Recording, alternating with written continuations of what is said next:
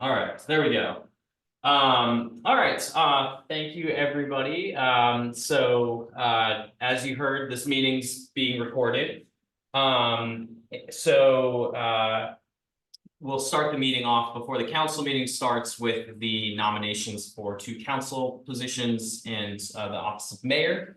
Once the council meeting starts, I'll ask folks to turn off their camera if you're not making public comment at that point, just to facilitate and make it easier to follow along with the flow of the meeting. If you have any questions, comments that you wish to make, feel free to either use the raise hand function. If you're here, raise your hand and grab our attention.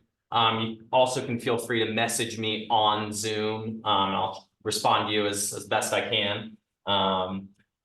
And let's see, so before you make any public comments, if you could please state your name for the record and street if you're a town resident as applicable.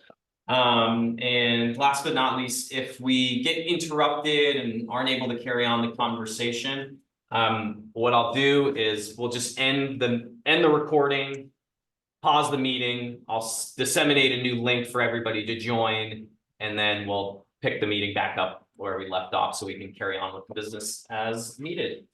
And with that, I will turn it back over to you, Mr. Mayor. Well, now we will turn it over to the Very good. Yes. Chair, Madam Binyamin Khan. You're muted. Thank you. Good evening, everyone.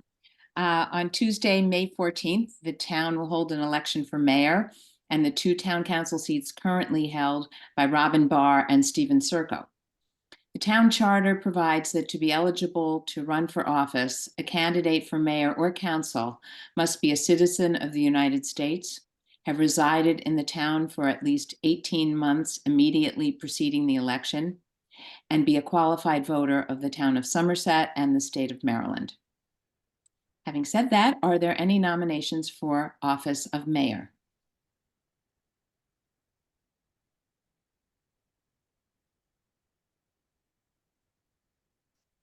That is,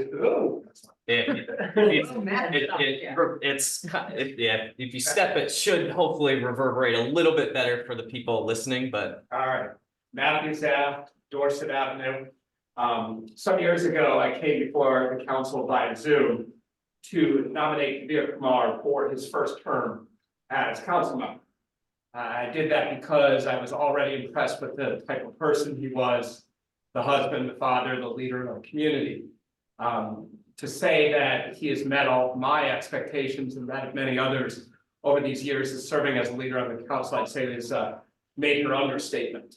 I'm here today to nominate him for mayor because I feel that he brings a leadership style that will serve this town for many, many years to come. He is a man who approaches conflict with the resolution to make it better for everybody involved. And I feel that he can truly bring a sense of working together and reaching across the proverbial aisle to all members and all residents in the town. And so I'd like to nominate Kabir Kumar for mayor.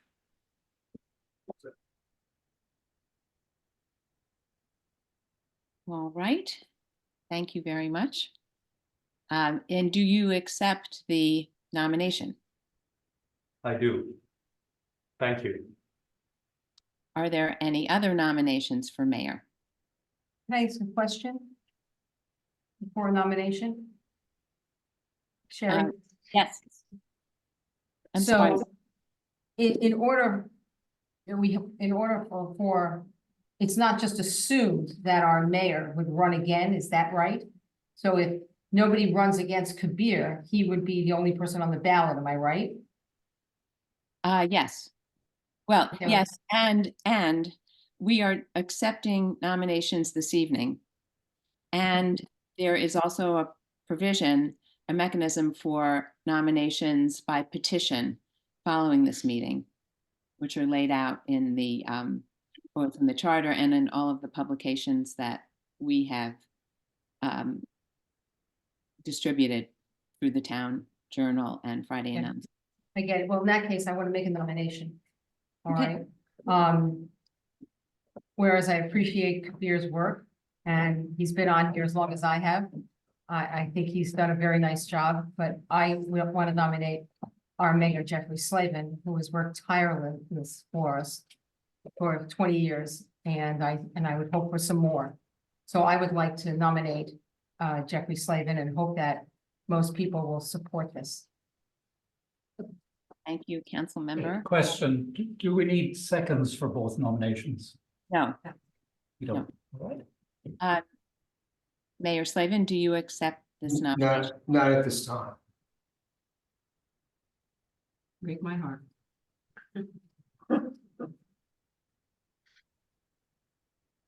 All right. Are there any other nominations for mayor? All right. Now we'll take nominations for the two council seats. Are there any nominations for town council?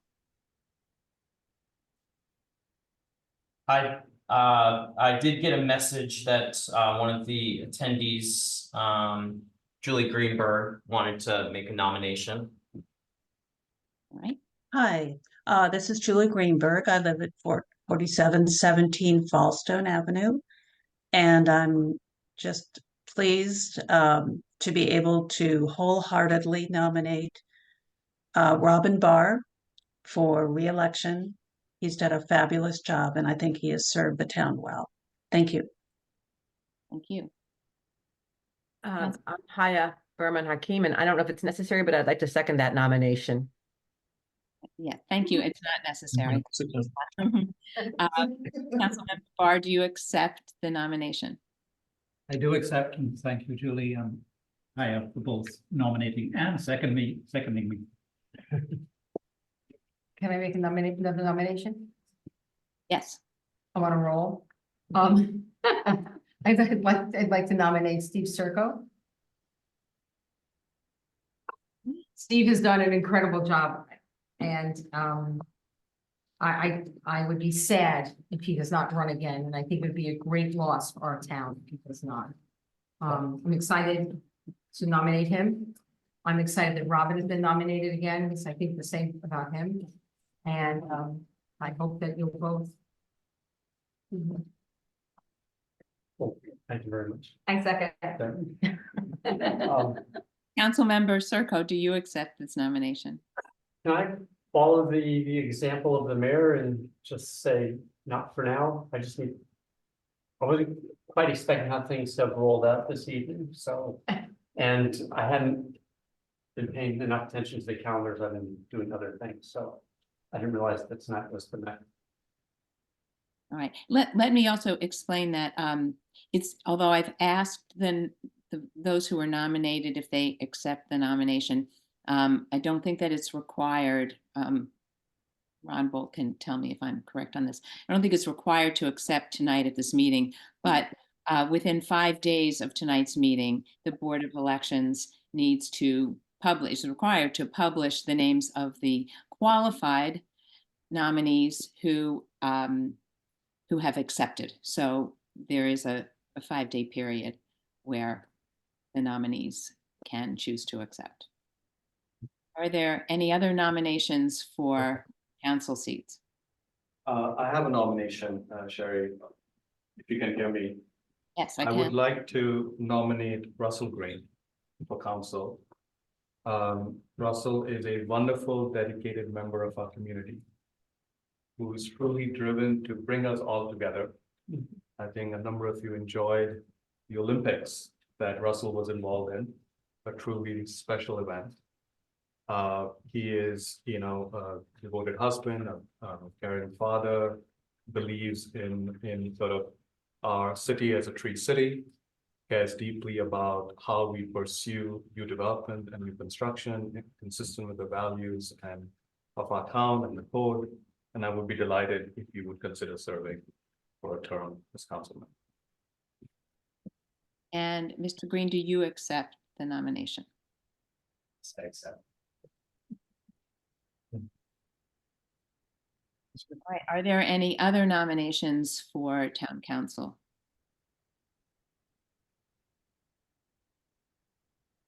Right, having heard none, as I mentioned, the names of the nominees who meet the qualifications for election and who accept the nominations will be published as provided in section 8387 of the town charter, no more than 5 business days following this evening's meeting. Thank you all. Thank you, Madam Chair. We will now turn to our public comment period. If anyone has any comment or question, if they're in the room, if they can go to the podium. If they are online, if they could let the town manager know.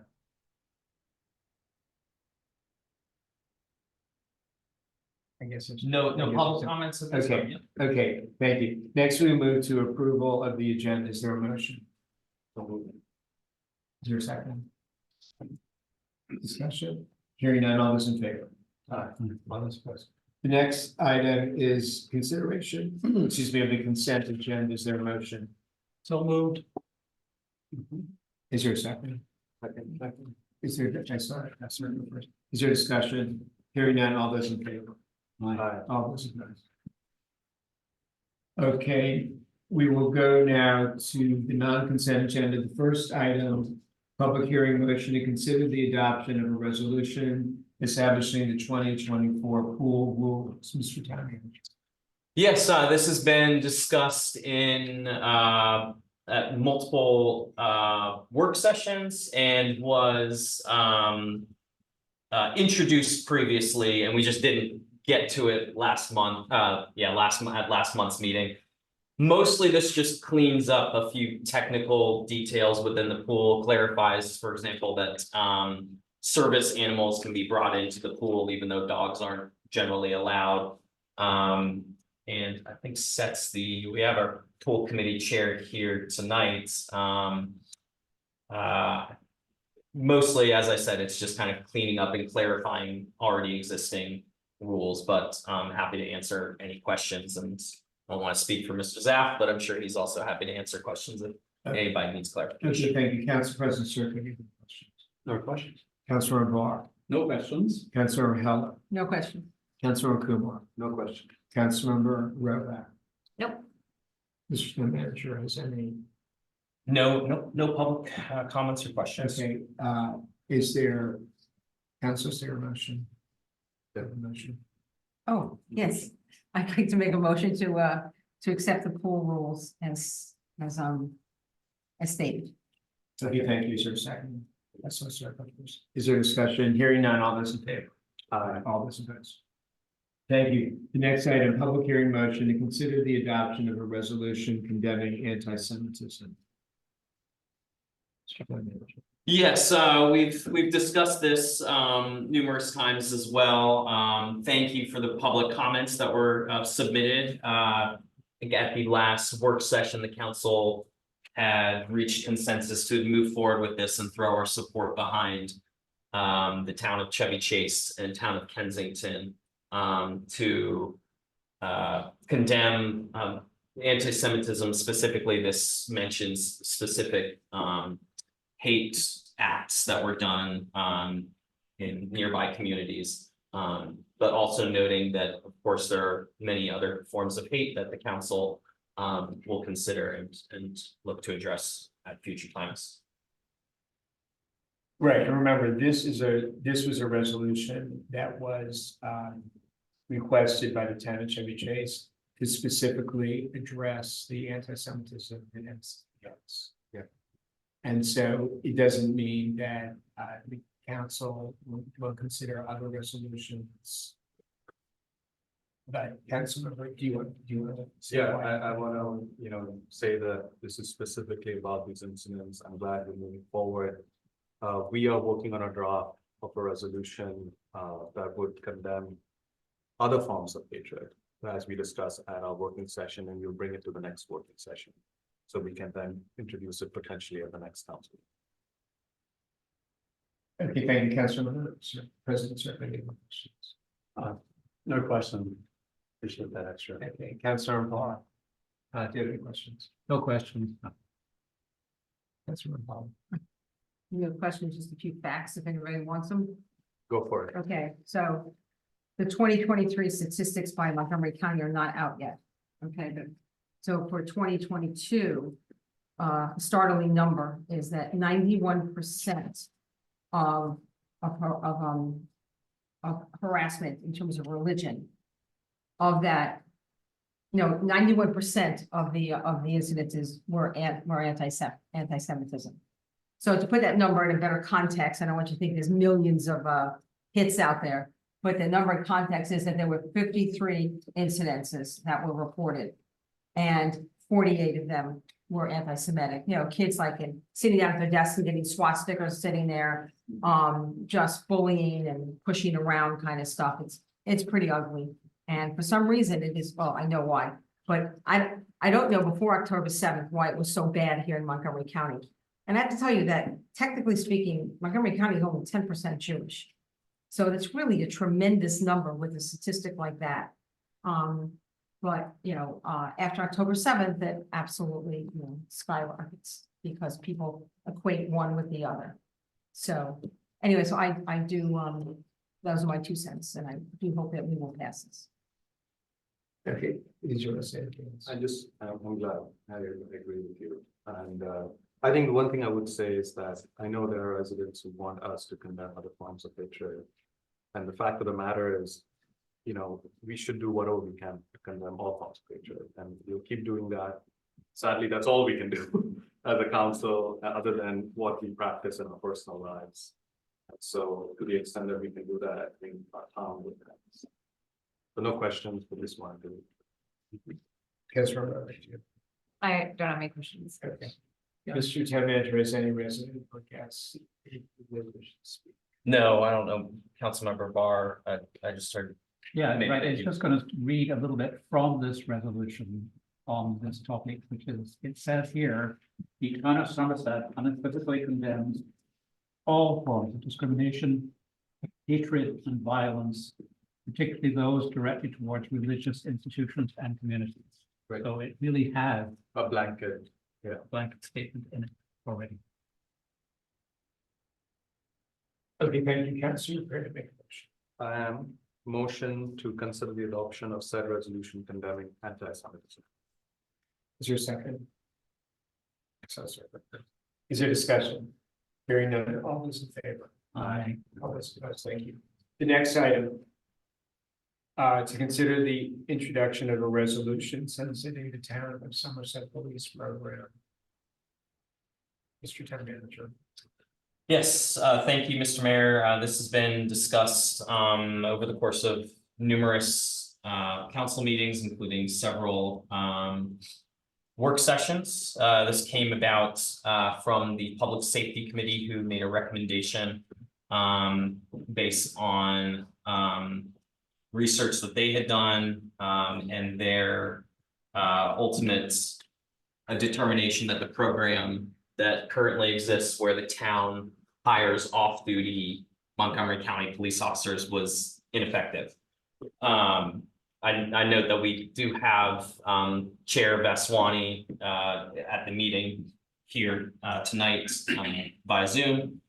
I think that at a very high level covers it. Councilmember Rovak may also want to speak to it, but essentially it should have it here as a resolution for the council to consider. Okay, so why don't, so per our rules, we place on the agenda as an introduction. But let's have the town attorney elaborate on how the council could actually pass this tonight. So, Mr. Mayor, the policy resolution that the council adopted for the consideration of legislation and policy statements, resolutions, and the like does provide that the general procedure is to introduce at one meeting and discuss and adopt at a second meeting, just to provide more opportunity for public input. However, the policy does provide that the council can suspend that in its discretion, and if it were to do so tonight, it would be worth noting that this has been a topic that has been discussed at several meetings over many months. So there has been opportunity for public comment. But also the council could request public comment tonight. Certainly, yes. Okay, thank you, Council President, sir, do you have any questions? Just procedurally, since the way this resolution is written, it would sunset the police on May 1st. Is there any reason why we couldn't just do the regular introduce this month, vote on it next month, and still have it take place on the effective on May 1st? No, I had done that sort of based on discussions, but obviously, yeah, you're free to amend it as you see fit. No other questions? Okay, Councilor Varda, any questions? Well, some comments. I support the resolution, first of all. I think that what we can in our work session consider, because there's a certain amount of money associated with this, which is $40,000 or $50,000 a year. We should think about that money first as ways to improve safety and security in the town, traffic safety and general security in the town, and what we do with that money. So we can move that to a work session and do it. I'm not saying we don't tonight. And I also, although we have received considerable public comment on this topic, I think we should try again one more time, just to be sure. The only reason I'm saying it is that every person who's commented says sunset the program, every single one. And I'm sure there's somebody in town who wants, so let's hear from them, all right? That's it. Okay, Councilor Varda. No, I think it's time to sunset it, but if you really think it's important, Robin, to do it another month and really let people weigh in who might have been sleeping through this, you know, so be it. It's just another month.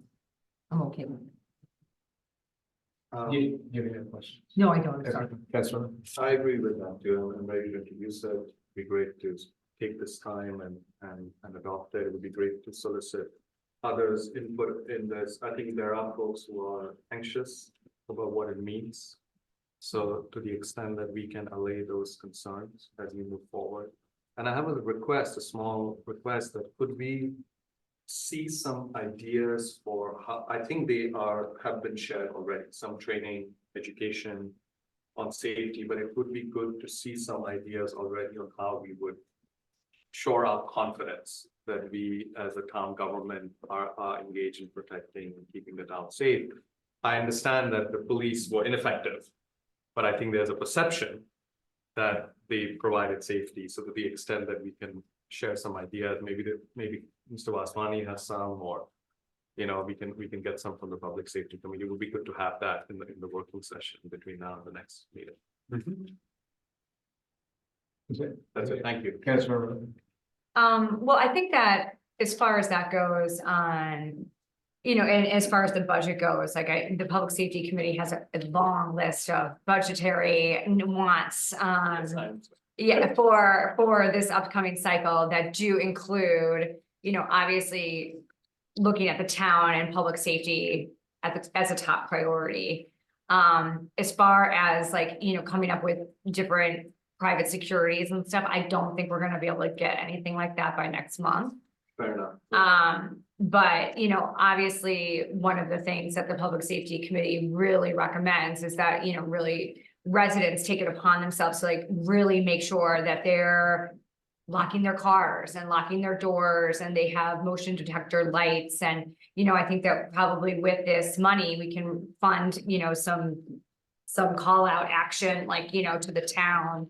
Having like Ring doorbells that piece together the different information. I mean, I think that that's all, you know, good information. And then just getting out really that at the end of the day, the police were really there, like only 8% of our total waking hours. And so the chance that they were going to stop some crime that happened, you know, over on one side of town when they're having their car parked and watching stop sign, you know, people roll through stop signs in another part of town.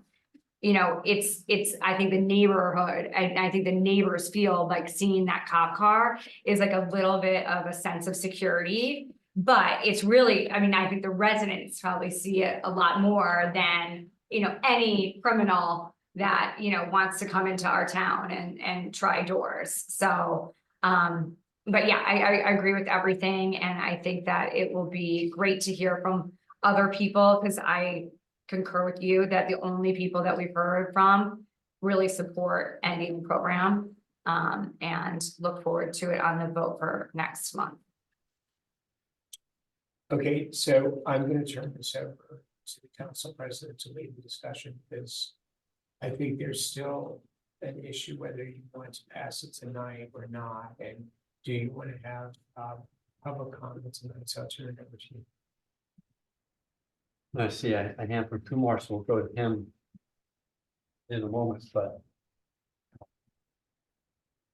what I heard is general consensus to introduce tonight, vote next month, talk about it. Talk about the whole subject of public safety in some detail at the next work session, which will be later this month.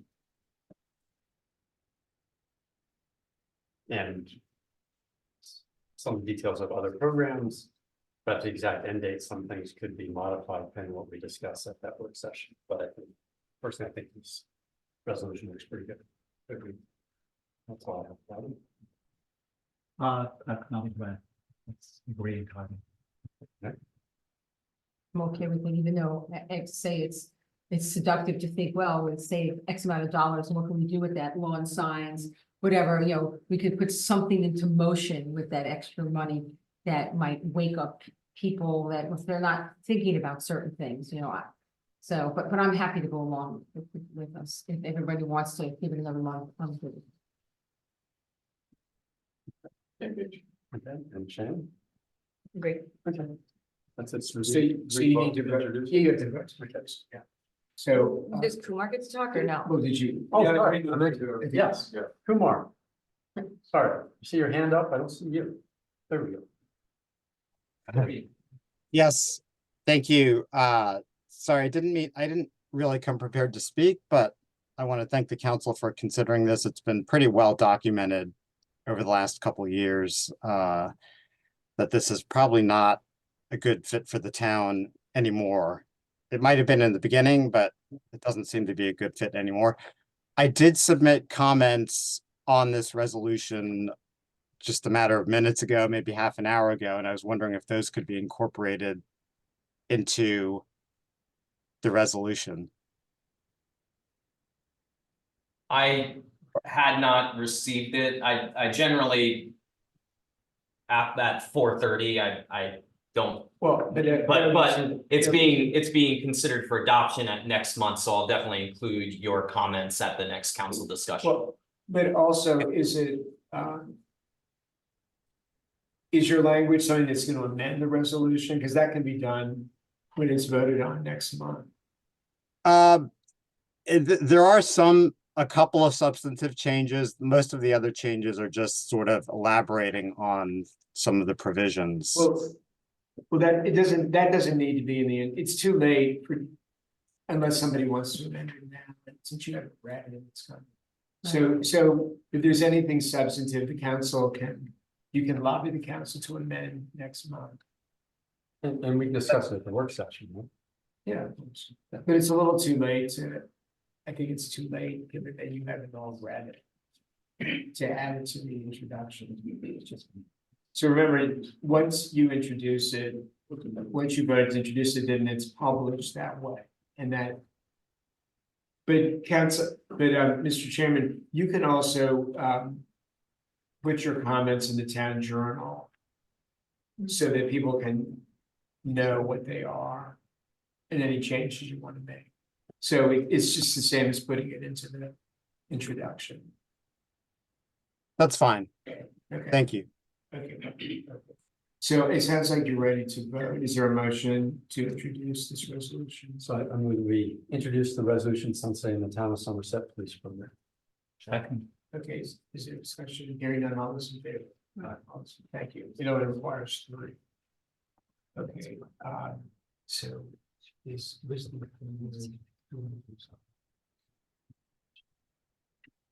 No, is that? Yes. Okay, thank you.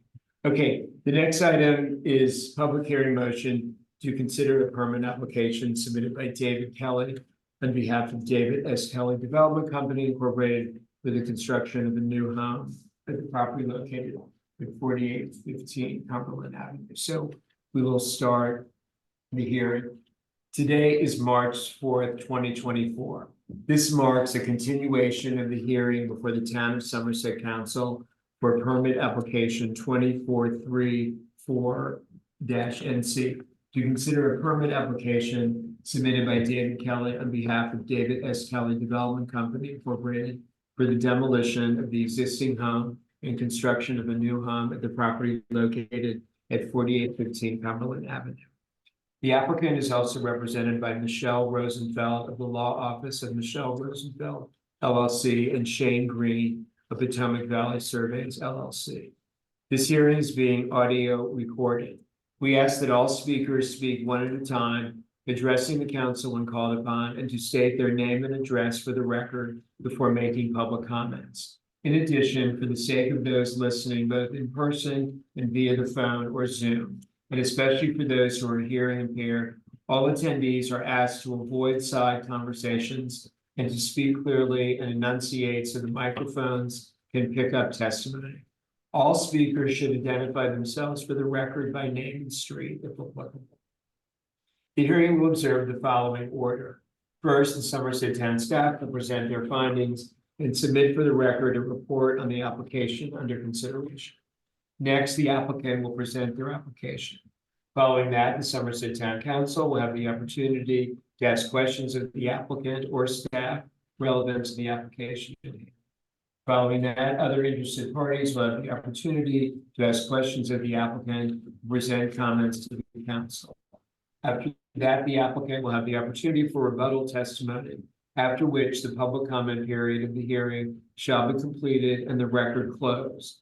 Finally, the council will deliberate and discuss among themselves the merits of the case, the findings of fact, and conclusions. The council may make a motion on a permit decision. The town attorney will be asked to write a decision, and the town manager will be asked to issue a permit with the conditions voted on by the council and enumerated in the town attorney's decision. We now begin this hearing with the presentation of the Somerset staff findings and reports. Mr. Town Manager. Thank you, Mr. Mayor. I won't spend too much time since, as you noted, it's a continuation of the hearing. So in general, the staff report from last month still applies. Just to note that new notice was delivered to all the abutting property owners, and also the owner at 4814 Cumberland had also requested to be notified as well. So we added them to the distribution list. Just quick overview, the town's building administrator reviewed the plans and confirmed that it complies with the town code. Notably, setback requirements and the accessory building restrictions were measured and confirmed for compliance with the code, as indicated in the checklist that was included in your packet. The town arborist has reviewed the plans and offered updated tree protection and tree replacement plans for the project. Most notably, the town arborist has updated the protection plan to include tree protection for the cherry tree in the front of the property that was discussed at the last meeting. And I'll let Dr. Feather expand on that. Finally, as it applies to stormwater, the project is measured to require a total of 812 cubic feet of water. So that includes all rooftop impervious surfaces and the proposed driveway. And the project provides for 813 cubic feet of water, utilizing a microbiome retention facility, which is defined as a non-structural stormwater management device in the town code. So with that, I will turn it over to Dr. Feather to further explain his updated tree protection plan. Great, thank you, Matt. The tree removal report only changed by taking off the cherry tree that was in front. So then the tree protection, I met at the site with the owner. And the disconnects for utilities have already excavated on the east side of the tree, if you're facing the property the right side. So, and the reconnections also have to be made on that side as far as getting utilities into the house. That's why the tree protection's been restricted on the right side. On the left side, we've given 9 feet around the tree, which I think is adequate. The only other thing is the tree is gonna have to be pruned in order to allow for installation of the utilities, and also pruned on the left side to allow for getting materials onto the site. It's pretty restrictive on the left side because there's you're protecting a street tree on the left side. Plus, parking planning has already delineated the sites of limits of disturbance. So I think Mr. Kelly would have to go back to parking planning in order to change anything that has been established by parking planning. Plus, this is a good to protect the oak on the left side. It's a good distance to sit in now. That's what I recommend.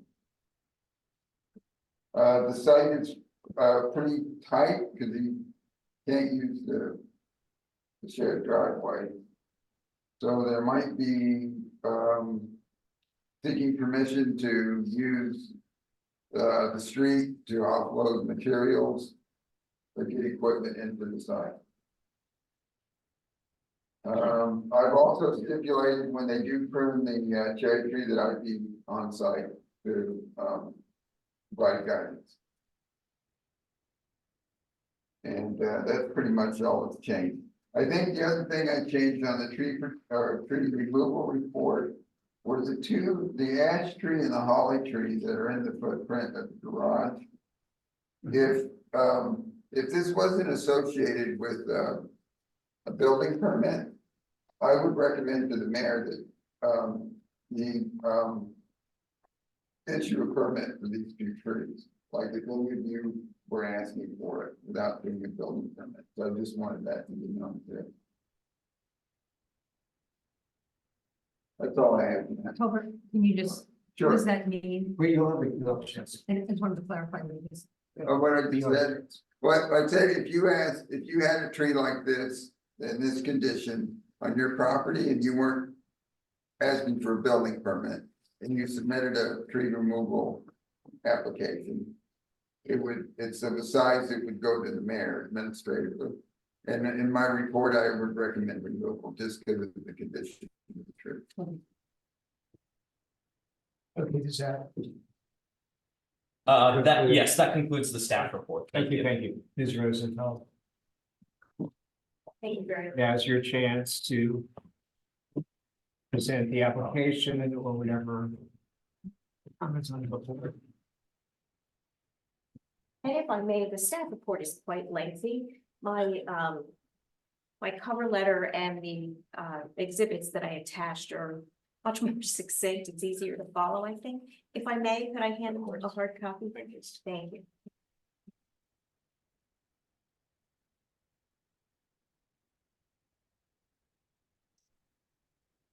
Thank you very much. And as you know, the hearing tonight is very circumscribed. And there are a few points that I would like to make.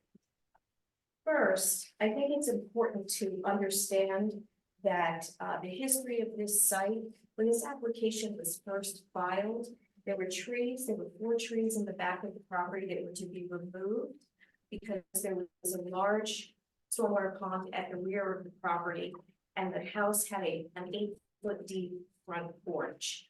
And when the application was first filed, staff worked very closely with the applicant, who removed the front porch, pushed the house forward 8 feet, and redesigned a stormwater management facility to a structured facility. And as a result, you will see on the tree protection plan, trees that originally were to have been removed since have been saved. And so 1, 2, 3, these 3 trees at the very rear western side were preserved because of the redesign by creating the structured stormwater management pond. The tree here to the east and behind the house was protected because the house shifted forward 8 feet. So one of the factors, of course, that you need to consider is whether the applicant has looked at minimizing the impact of the development. And I'm not sure that it was clear at the last hearing. The applicant had gone through a months-long process before you saw the plan that was presented to you last month that already achieved significant environmental benefits by preserving open space in the rear and protecting 4 trees that originally had been slated for removal.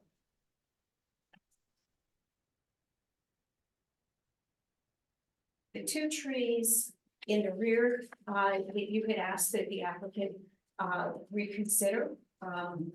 As you heard, Dr. Feathers mention, even without building permit associated with it, had Mr. Kelly come in and requested to remove that tree, the recommendation would have been that they be approved. That notwithstanding, in looking at whether or not those trees could be preserved, one is within the boundary of the proposed garage. And if you look at the site plan, which is shown as exhibit B, is located, tree 16 is located in the center of the proposed garage. That's the 10-inch ash, and the 7-inch holly is right along the edge. Even if the garage were removed in its entirety, those trees would have to be removed from the site because of the grading necessary to build the structured stormwater management facility, which again was designed on the site at the request of staff in order to protect the stream bed and to protect additional environmental open space and to protect the 3 of the 4 trees that I've mentioned. So practically speaking, even by eliminating the garage, it would not preserve those 2 trees. And we suggest that it's appropriate for them to be removed, not only on their own, but because there's no way to redesign in a way that would allow that to happen. Turning to the 14-inch flowering cherry tree. There were a number of alternatives that have been mentioned and some additional alternatives that have been explored. There was testimony at the last hearing that perhaps you could bore under the tree in order to install the proposed sewer line. Mr. Kelly reached out to WSSC, and you will see in the exhibits that we've gotten confirmation from WSSC that they required gravel to surround the entire pipe, and boring would not satisfy their specifications. They unequivocally said that you had to have an open trench option. We also looked into, Mr. Kelly looked into, with the suggestion of a hearing participant from the last hearing, a gentleman named David Brown, suggested that the existing sewer pipe could be relined through a technique called pipe bursting. And Mr. Kelly followed up with the plumbing representative, the specialist that Mr. Brown had referred. And a specialist advised Mr. Kelly that because the existing sewer pipe has been severed in 2 places, that lining alternative also is not possible. And he recommended that Mr. Kelly follow the WSSC specifications. We also looked into whether or not the cherry tree could be relocated. And there is no alternative place on this property where it could be relocated. And according to the town arborist, I'm going to quote, it would cost a fortune because of its size and its success is 50-50. Again, this really is not a viable option. I'd also like to talk a little bit about the alternative tree protection option that the arborist had mentioned. And he said that you could have a 4-foot protective buffer on the side of the sewer line where it already is damaged, and then 9 feet by 9 feet on the other 3 sides. That presents a significant complicating factor for purposes of construction of this site. The existing construction driveway.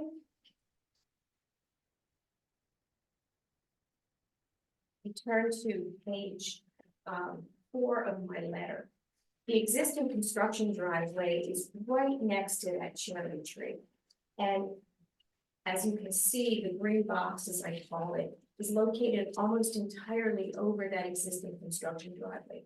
The only alternative location for construction access would be on the shared driveway farther to the east, which we think really is not beneficial to the neighbors and seriously compromises the ability for equipment storage and delivery. And you heard the town arborist mention that complicating factor as well. When you look at the town code factors for what needs to be considered, there are factors that are aggravating and there are factors that weigh in favor of removal. There are no aggravating factors that would lean towards preserving these trees. None of the 3 trees are specimen trees. They're not landmarks. They're not unique species or size.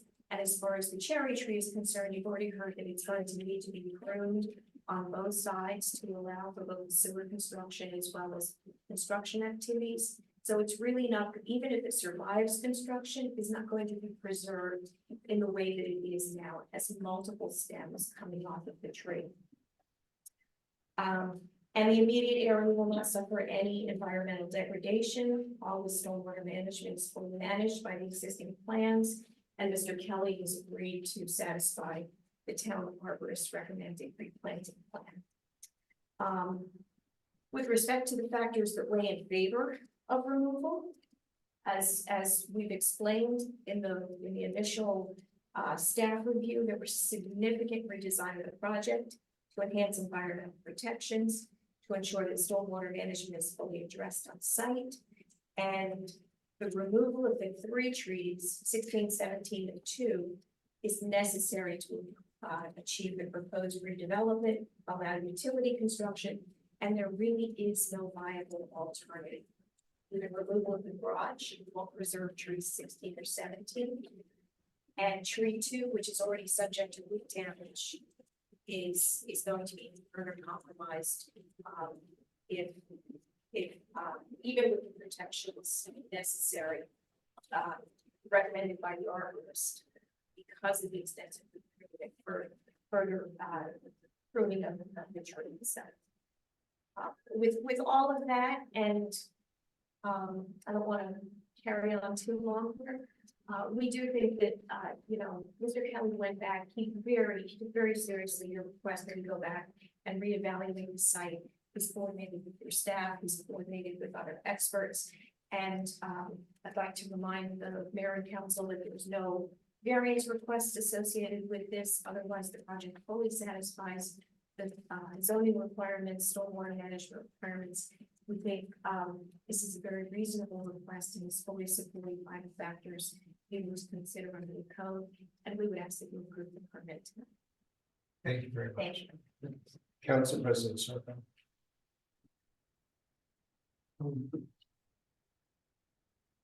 Thank you very much for giving us some of the history and background of the efforts. I do appreciate the responsiveness of the applicant to our comments, concerns at the last council meeting. One question I've had, and I've been working with the town staff, has also been working with with our stormwater management consultants, is the driveway, the material for the driveway. Right now it's gravel, and I'm looking at that. I've been talking with our DPS, Department of Community Services, Montgomery County. There appears to be a discrepancy between the EDM for stormwater management, the state manual, and the county stormwater guidance for such measures as rain gardens and permeable driveways and difference is that the county regulation or the county guidance is that you can have a permeable driveway go all the way up to the edge of your structure, the house, the garage. You just have to have like build in a plastic sheeting that sticks out 5 feet from the structure underneath the permeable surface of the driveway. As opposed to the EDM, which says like nothing within 10 feet of the structure. So I just mentioned it because I'm concerned with this large gravel driveway, which which is considered a impervious surface. So I guess the question for you or your client is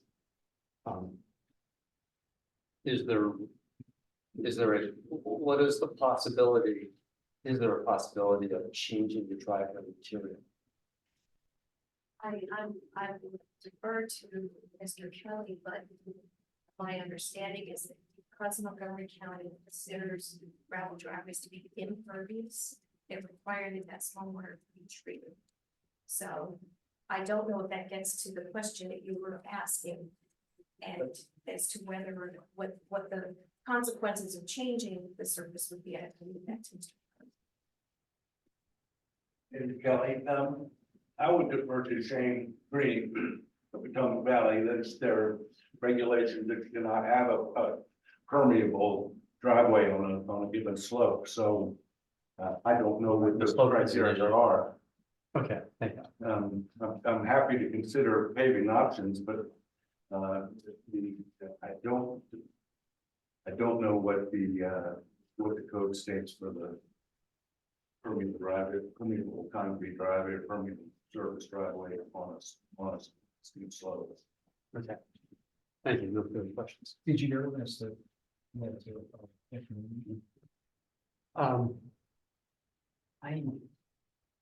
okay, Councilor Barr, do you have any questions?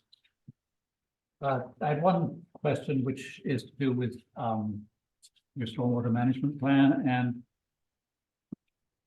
you put in the trench drain in the driveway. Did you do that before or after the calculation of 812 cubic feet? In other words, do we have more than 812 cubic feet captured, or was that trench drain built into the 812 or 13 feet calculation? David, do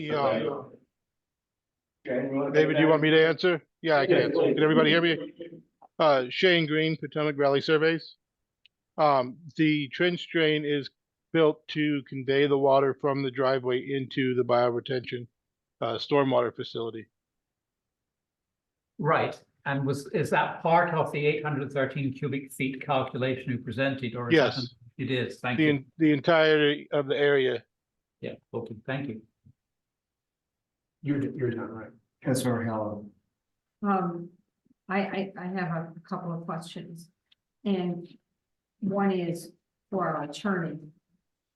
You know, our height requirements, you know, our code changed 5 days after, you know, the application was put in. Is there any way that we can hold them to our present code?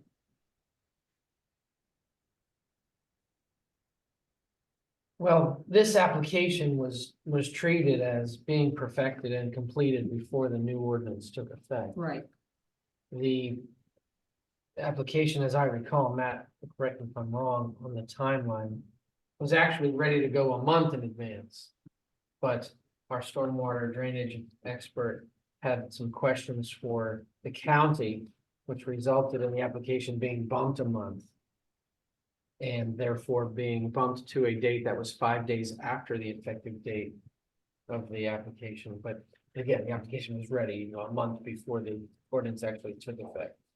So it was not processed under the new rules. There isn't any way for us to process it under the new rules, is that correct? Well, I mean, yes, that's essentially true. Okay, that's one question, okay. My next question is, the driveway, and, that's a shared driveway. And for all of your construction, it's going to be a shared driveway. I would say it's gonna be pretty unpleasant for the neighbors. But nevertheless, I'm assuming that every day the driveway will be cleared of equipment and any paraphernalia. So the neighbors can use their driveway without, and their children can be safe going up and down the driveway. But I also wonder, is there any bond that is kept? For this sort of thing, because these things, construction comes and goes, and things happen during construction that ruin maybe something on the neighbor's side or the driveway itself. And when Mr. Kelly sells the house to the new owners, who's really, on the hook for what kind of damage there might be? And I would like to see if we can put some sort of bonds. Yes. Our town attorney, can we put some sort of bond that they have to put into escrow? So if there is a problem with the driveway and it does need to be fixed, redone, whatever, there isn't a fight about it later. It's not on the greens, it's not on the new owners, that sort of thing. That would be an uncommon approach. I'd like to think about that a little more. Typically, the bonds that you take ensure that damage to the right of way is repaired. With respect to whether a bond can be held for future stormwater drainage or other issues that may result in. I don't mean that. I mean that during the course of construction, heavy equipment, whatever, the driveway gets ruined. Or it has to be has severe, surgery to be done to it. And then who pays for it? And I don't want there to be a fight at the end, and these things sometimes do happen. I'd like it to be clear now. I would like to see a bond put in place. So in some sort of escrow, and if this driveway is damaged, then there's money to be fixed. That's what I'd like to suggest. So are you saying that if there's damage to the shared driveway such that the neighbor is impacted? Yes. That's one thing I want. I also want to be assured that every day, the heavy equipment, the nails, the wood, the whatever are cleared from that driveway. So our neighbor is not impacted, and especially his children. And I would like to, Hold on, I'm sorry. I'm sorry. I was not thinking. Okay. You can answer the question. I would like to clarify one thing that might be confusing.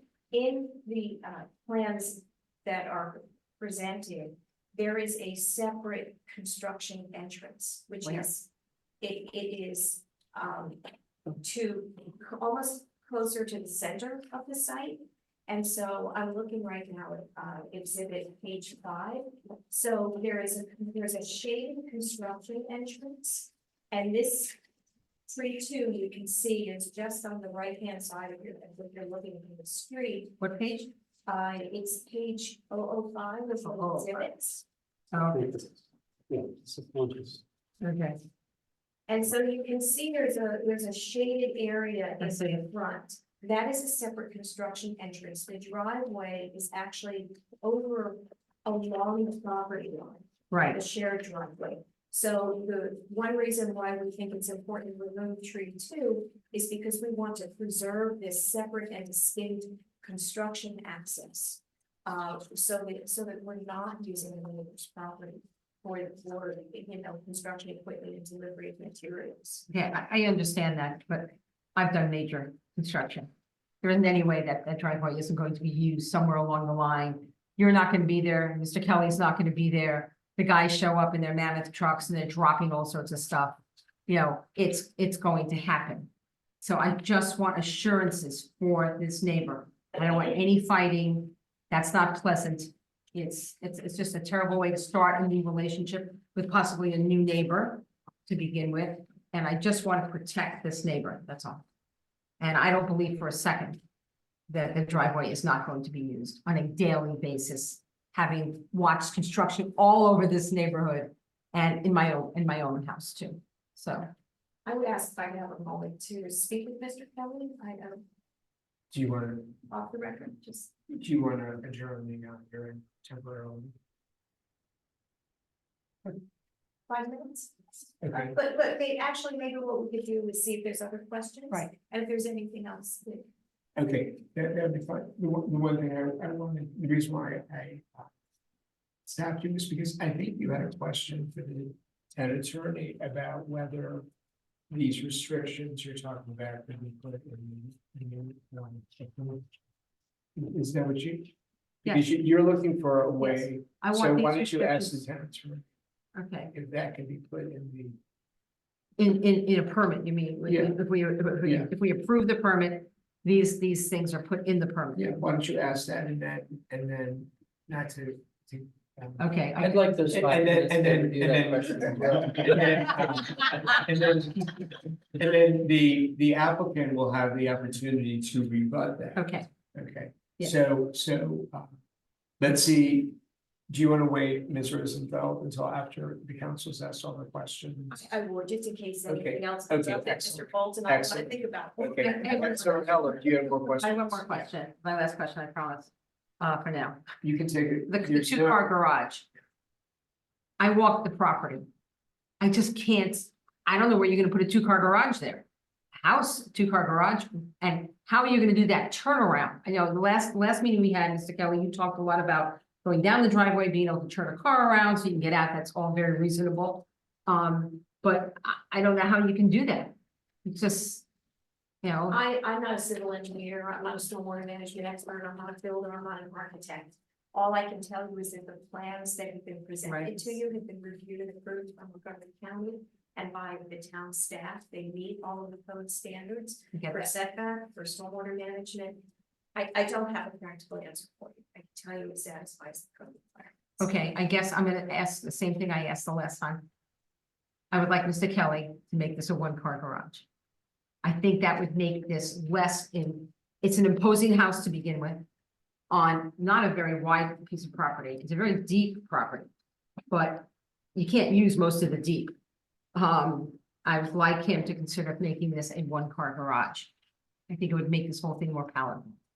That's it, that's all I got. But why don't you ask the town attorney whether. I can do that. Whether we have the town has the power to do that. Town attorney, do we have the power to do that? So the testimony, which is unrebutted, is that the application complies with the town code requirements with respect to the main building and the detached garage. So the only way, or perhaps the obvious way to restrict the size of the garage would be if such restriction is necessary to preserve a tree under the mitigating and aggregating factors for tree removal. So not that, the house is imposing, I don't think that would be the basis, because right now, as written, the code allows this size house and this size detached garage. But if it were to impact a tree that requires preservation under the factors you must weigh, then that could be a consideration for the council. But we've been in a position before, and we let things go that I don't think we'd let go now. Where neighbors have complained, it ruins the enjoyment of my living in my house. And I think somewhere along the line, there is something there said that has to do with the encroachment and enjoyment of the neighbors.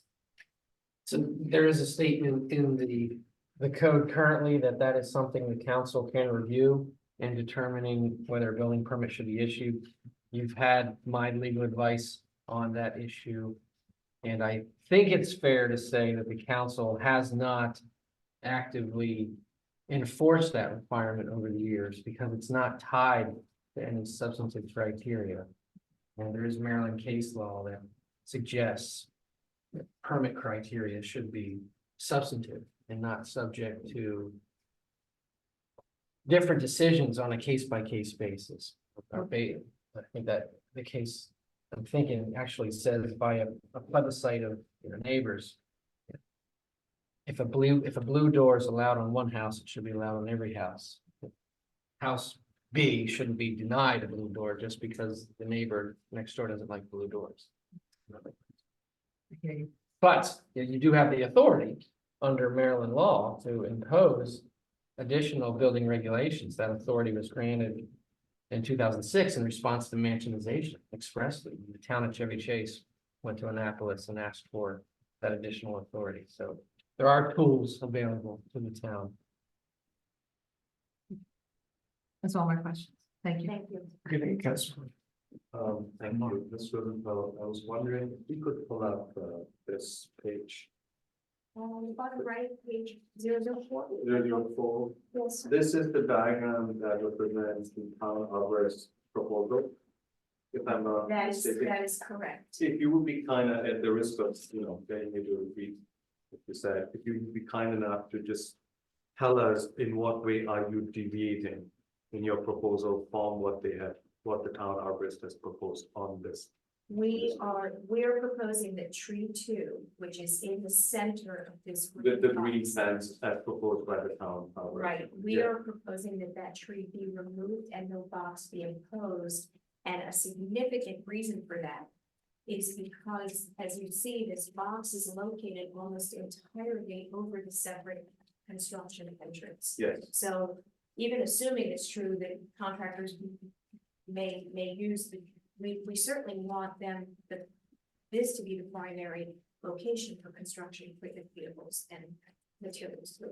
but for the record, you are following the rest of the proposal from the town arborist. That's as correct. indicated on this diagram. Yes, we are, and Mr. Kelly has confirmed that he will follow the tree placement plan, the replacement plan recommended by the town office.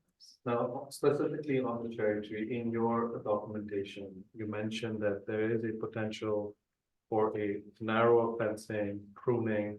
Your concern is, however, that the tree may not survive all of that. I'm wondering, why not attempt that in case the tree does survive? Simply because it complicates construction, it makes everything more difficult. So despite that, there is still a physical movement of equipment restriction. Yes, and so when you're looking at page 4, on the right-hand side, the roots on this side of the tree, the right-hand side of the tree, have already been excavated to disconnect utilities, and they will be further compromised in order to install the sewer. In addition to that, the tree, which has a number of branches off, I'm not sure the exact terminology. I appreciate what you're saying, yes. It's going to have to be pruned on the right-hand side Yeah. to accommodate this additional utility construction, which is a consideration under your code.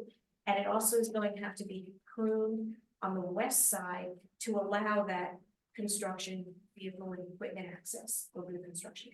For your, subsequent, conferring with Mr. Kelly, to the extent that you could prune and still keep that tree.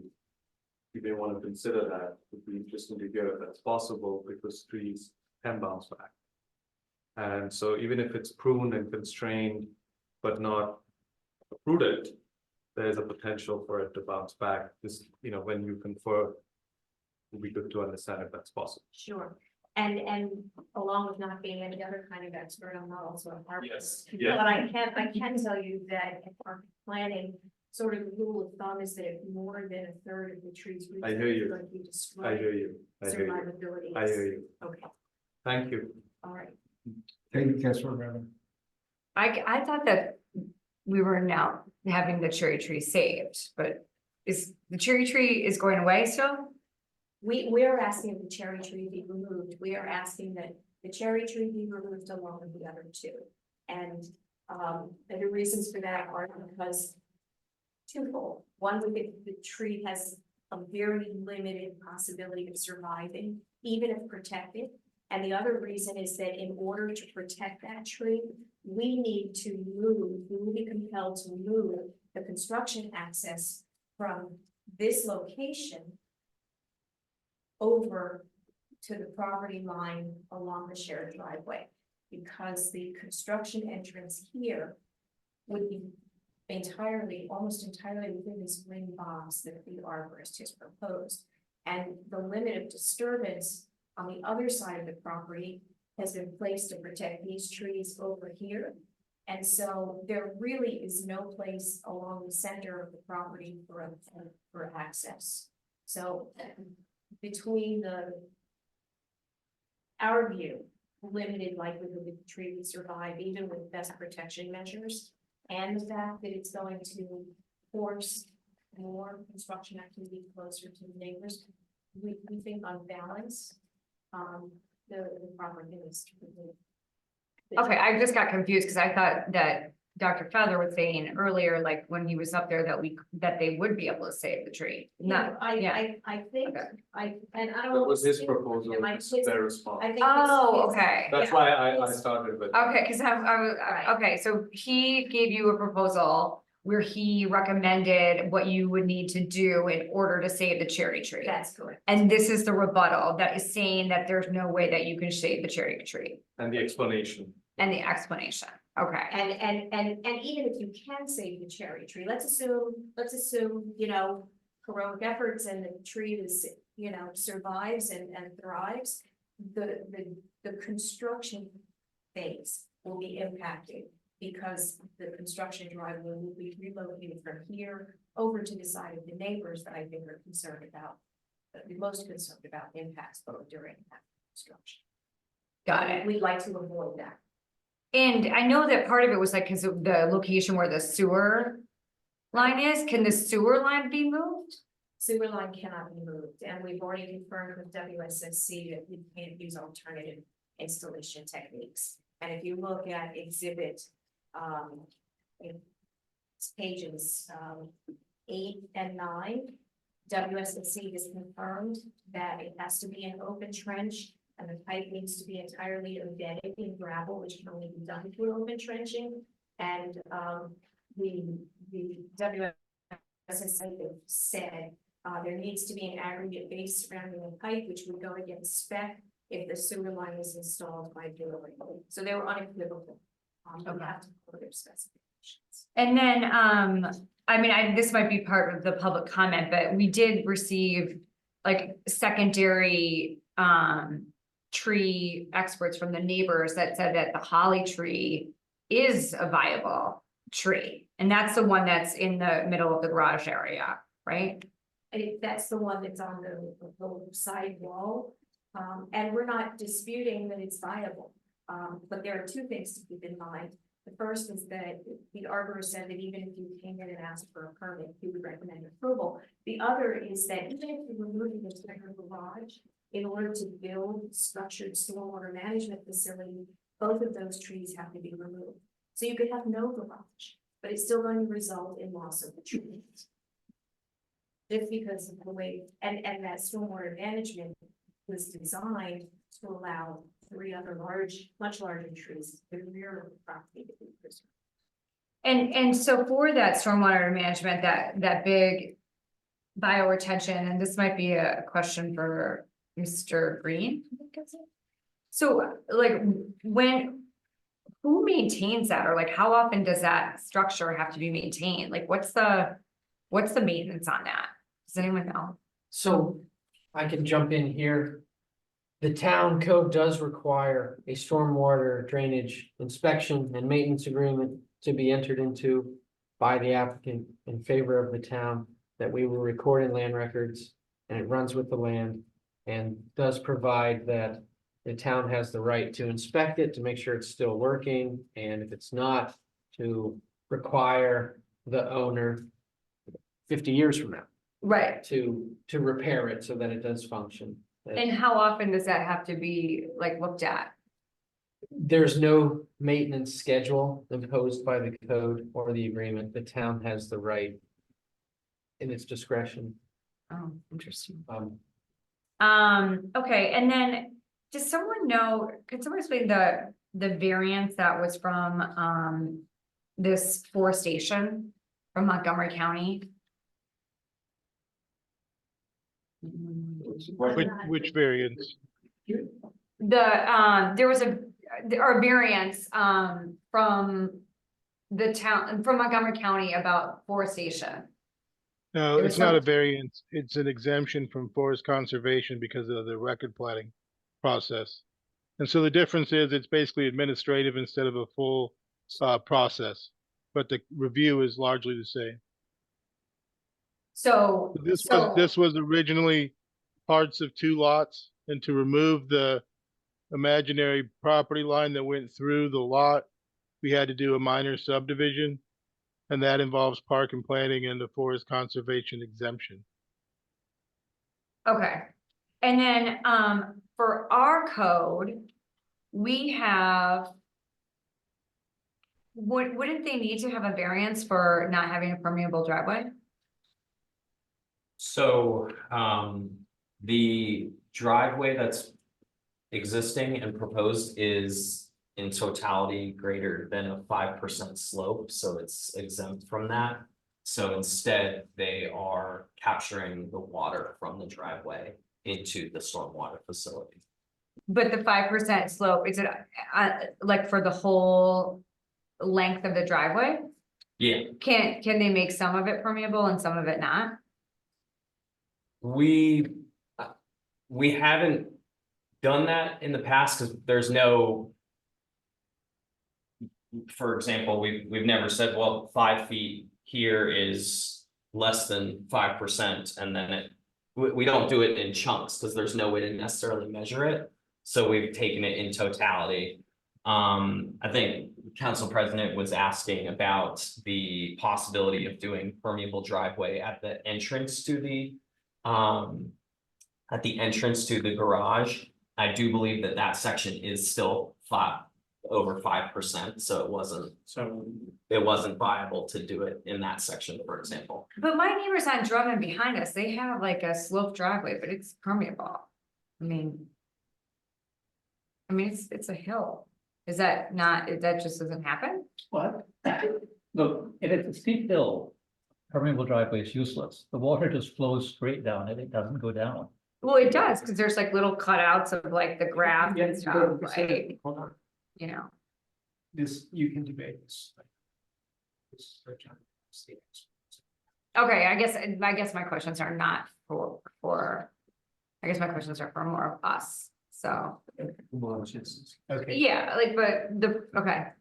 okay, thank you. So, Ms. Rosa, would you like to take? I'm just wondering, Mr. Mayor, if it might be good to have resident comment before the break in case any of that testimony. Okay, is that That Is that acceptable? Yes, of course. Thank you. Okay, thank you. Okay, so we will now turn to public comment. You can stay there in case someone has your question, because that way you can be seen on the screen. So has any resident? Citizen. Nobody's sent me any specific message. I did include comments that were submitted to the town in the packet. Okay, so with that, do we need, Mr. Temperature, do we need a vote to go into intermission? No votes I can necessary, just say- Mr. Mayor. Okay, so we're gonna take how long do you need? 10 minutes. Like 5 would probably be fine. Take 10. That's 2 times. Oh, there we go. Okay, yeah, somebody's raised their hands. Hi, my name's David Brown. I live at 4814 Cumberland. And I should have been on the list of people that were notified from the beginning. I didn't ask to be separately. It's just that the paperwork got jammed or something and I was on a separate sheet. And I didn't get any of the information early on. Your property is actually not abutting. By number it is, so it's confusing, but when we looked at the map, you're not actually directly abutting or adjoining the property. So once you requested it, we included you in the notifications. Okay, my comments are about the cherry tree. And I would like, before the tree gets killed, for everybody to look at it right now. It's magnificent. It's just, I could see it from my front door. It's really, really amazing. And the builder is saying that he can't move the dumpster over and he can't move the driveway over. This just can't work. There's just no way. I'm a builder. I could do it. I guarantee you I could do it. I could save that cherry tree. And it's irritating for me because I got involved with this sewer pipe relining, which I've done many times. And I would like to ask Mr. Kelly, why did you open up the dirt near the house? You know, why did you trench near the house and cut the piece of pipe out that makes it so we can't use the pipe burst technology? Thought that's where WSSC wanted us to abandon the sewer. So we opened the trench, cut the sewer, capped it off, and the inspector came out and said, no, he wanted it on the other side of the tree by the property line, so we had to go in the trench and then go open up the other trench. And being over 9 feet, probably closer to 10 feet, that trench had to be benched for safety reasons. So it's not just a 2-foot trench down 10 feet. It's, you know, it's 6 feet wide, or yeah, probably 6 feet wide down 5 feet, and then another 2 feet down 4 feet. Okay, and I've never the WSSC and the requirements are for me to take the cut the pipe at the property line. I don't understand why you would damage the pipe on the other side of the cherry tree next to the house. Well, that's where the plumbers and I decided we would be less invasive. So the WSA didn't tell you to put it there. Is that right? Sorry? Did WSSC tell you to dig the hole next to the house or not? No. Because earlier you said that that's where you were told to dig. And then they changed it next to the property. No, the WSSC didn't tell us. What the process is to excavate the sewer, cap it off, have the inspection from WSSC to get the approval for the demolition of the house. So we did what we thought was prudent and made every attempt to abandon it closer to the house, which would have meant less excavation out in the right of way, and WSSC would not accept that. Okay. So it's twice the work for us. I paid twice to have that sewer excavated and capped. Okay. We always have to cut it off at the property line. We're not allowed the opportunity to go in and do it wherever we want to. But one of the first things I discovered from getting in this whole house thing, going up at 4815, was this cherry tree. It seems like it was really something that people pushed. And the first email I got was from a woman that walks her dogs, and I've gotten to know, I don't know your first name, but she had an impassioned email about saving the cherry tree. This was back over a year ago. I don't know if it got to everyone, but I noticed it. And then I've heard comments after comment about that cherry tree. I didn't get it because I never really concentrated on the cherry tree. But now I do concentrate on it because it might not be around for very much longer because people don't want to move it or make it harder to, they want to make it as easy as possible. I understand that. But that's my viewpoint. David, I'm sorry, go ahead. That's it. I just would like to add here that from the beginning of this process, which is now going on for 1.5 years, I've met with the town arborist, Dr. Feathers. I've met numerous times with the neighbors, Mr. Green and his family, about preserving access to the rear of their house on that existing gravel driveway. And Dr. Feathers recommended, he saw that what we were up against with bringing utilities in off the street on a very shallow lot in the front yard. And so we made our plans to move the limits of disturbance out of the driveway, which would keep debris and workers and construction vehicles completely out of the gravel driveway. And we were going to use the access to get to the back of the house, unfortunately, where the cherry tree is. And we were told and given the inclination that tree and the one right behind it, I can't remember the names of it, a hornbeam or something like that. And we would be able to drive the machines down to do the work in the back without having to use the gravel driveway. I understand that it's a very tight situation. And it's a tough situation. The whole lot is tough to get in and out of. It's a narrow lot. And it's daunting. However, all these little things that have happened, the people next door shouldn't have to pay for the mistakes that were made, or the fact that the house wasn't designed to save that cherry tree, even though it seemed like that was a really important thing. Well, And it didn't. It wasn't important at the time. The town arborist suggested that that would be removed, and it's been on the plan from day one that that tree was slated to be removed. And it wasn't until we got to the council meeting last month that it became a very heated item for the town. I respect that, you know, it's a beautiful tree, and there are a couple of things that you should, and the neighbors may want to consider is that, as Dr. Feather mentioned earlier in this evening's meeting, is that the tree is going to have to be pretty substantially trimmed to make room for what has to happen on that site. So, regardless, it's not going to be the tree that's there now. And, you know, I've been watching it. There's already some on the right side of the tree, some of the dieback on the outer limbs of that tree. So it's been compromised. I'm sorry, I'm sad about it. Okay, well, thank you, Mr. Kelly. I think you've answered this question. Mr. Brown, did you have any further questions or comments? That's it. Thank you. Thank you. And please do note that all of the testimony that you're referring to has been made a part of the record.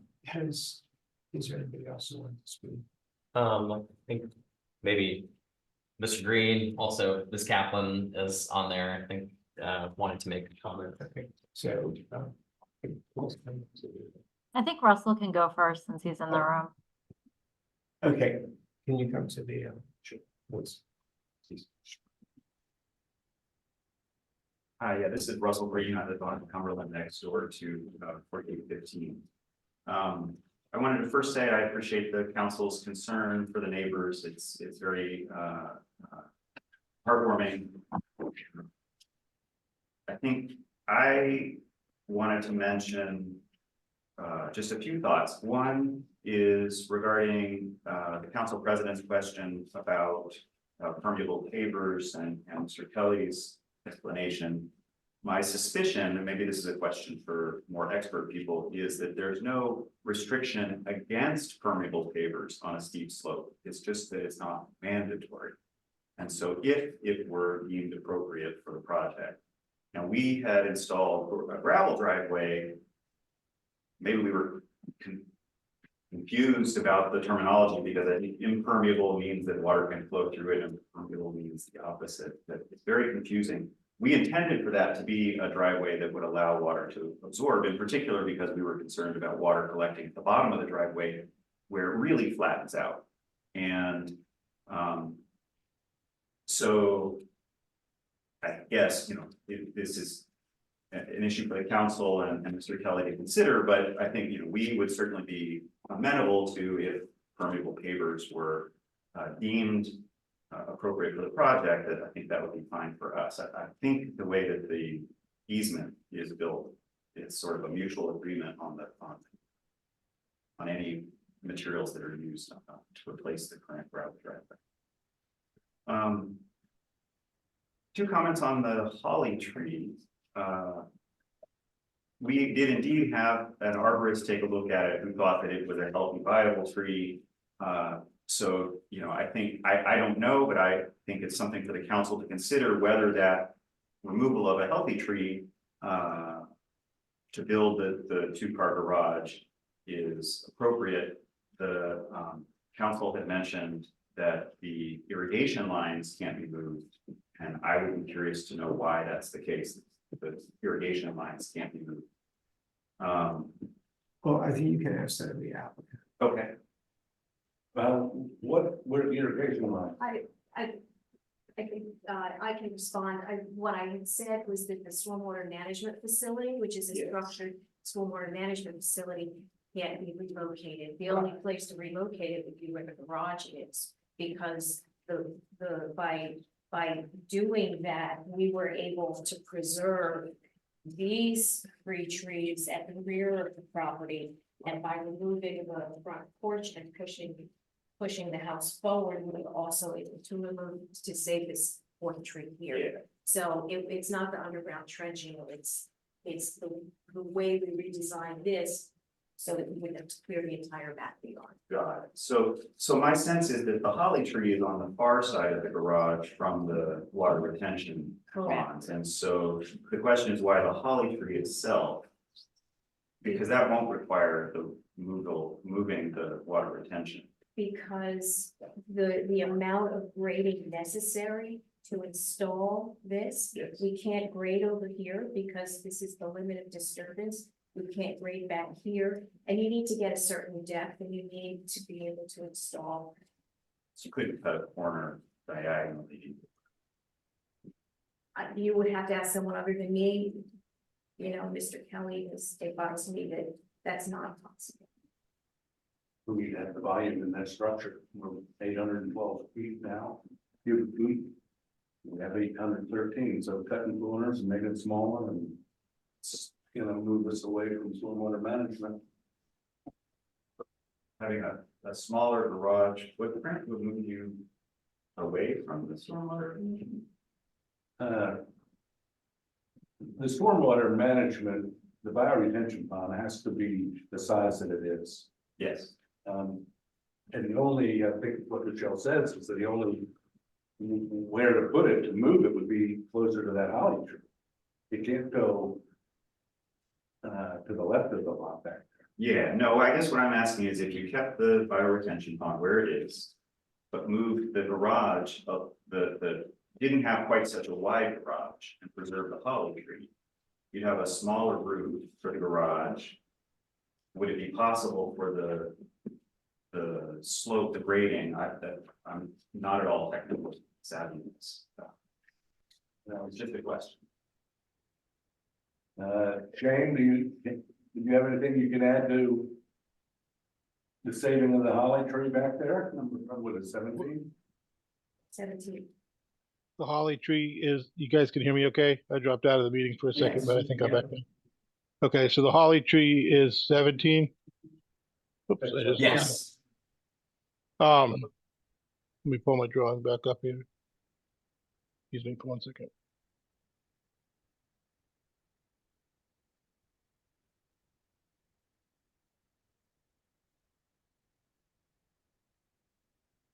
Well, so you would have excavation. So if we made the garage 1 car rather than 2, you'd still have excavation for that footer for the garage wall. And it would significantly impact the roots of that holly tree. Up to, I would guess, about 50% of those roots. So I don't see that. I'm not an arborist either, but that would be a significant impact to that tree. And even without the garage entirely, there's still going to be impact in excavating for that stormwater management facility, and the construction access to it would also cause some impacts to that tree. Thank you. And then I appreciated that the intervention you mentioned about the criteria for saving a tree, and one of them was whether a tree was a unique species, and then whether it was special. If you could repeat the criteria that you listed.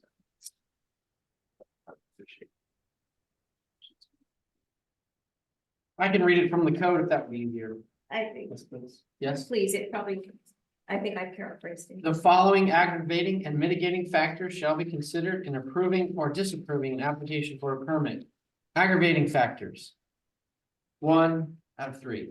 Desirability of preserving any tree because of its age, species, size, or outstanding qualities such as uniqueness, rarity, or status as a landmark or species specimen.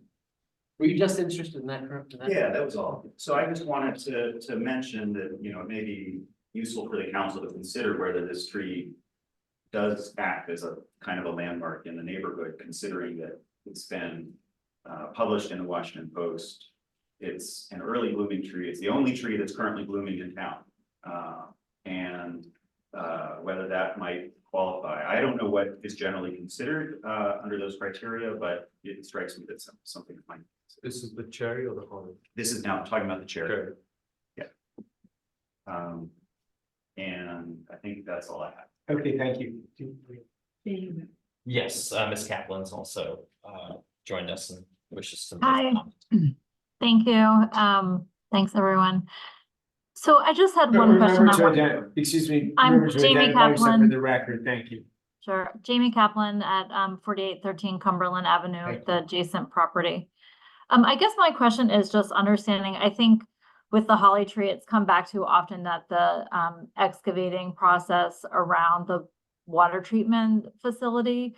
So I guess if you could, I'd like to understand what exactly is it that's requiring for that tree if a garage was built, even if it was a 1-car garage, why that tree would have to go. I guess like technically if you could explain that, is it the excavating or the leveling equally around that facility? If you could just explain to me technically what needs to happen.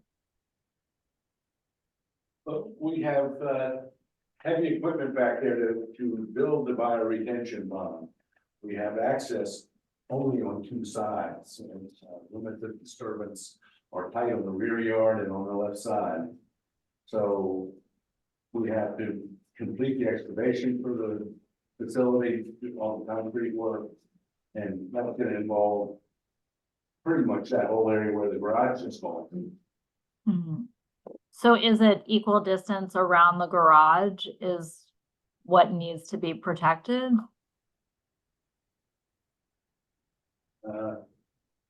The area where the garage is slated to go is gonna be completely disturbed by the equipment needed to build the bioretention. Okay, I guess my question is if like you're saying that tree 17 has to go, tree 17 is twice as far away from the water facility as tree 13. So why is it that tree 13 isn't marked for removal and you're able to build the bio treatment water facility, but tree 17 does have to go? Maybe there's like a technical part that I don't understand, but Tree 13 is outside of the limits of disturbance. That is the 4th tree that we were able to save by redesigning the stormwater management. So under the plan as approved, there can be no construction equipment or disturbance around tree 13. On the other hand, you probably can't see this. I mean, I have it in front of me. Okay, so if you see where the stormwater management facility is, in order for them to do the clearing and the grading back here, the green limit of disturbance, and I'm looking at the exhibits, page 004, the only place where construction equipment, the bulldozers and the other equipment can move is within that area. So in order to clear and grade here, they have to have access to it. So we were able, compared with the prior plan, we were able to save considerably more open and undisturbed area on the north and western side of the property, but there is an extremely constrained area here for equipment to move. And I think that's what Shane was saying as well, is that you're going to have highly impacted routes.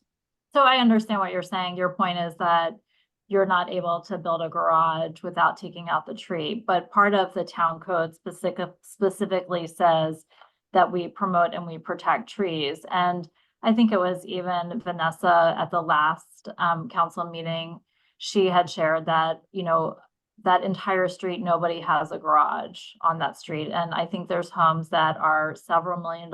They're beautiful homes and they're still wonderful places to live without having a garage. So if our code protects the trees and the plans that you're proposing, it might just not be possible under our code to have such a large garage or even a 1-car garage.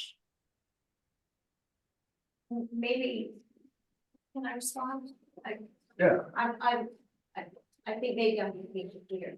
The testimony from the engineer is that even if you had no garage, 0 garage, in order to build a stormwater management facility, trees 16 and 17 still need to be removed.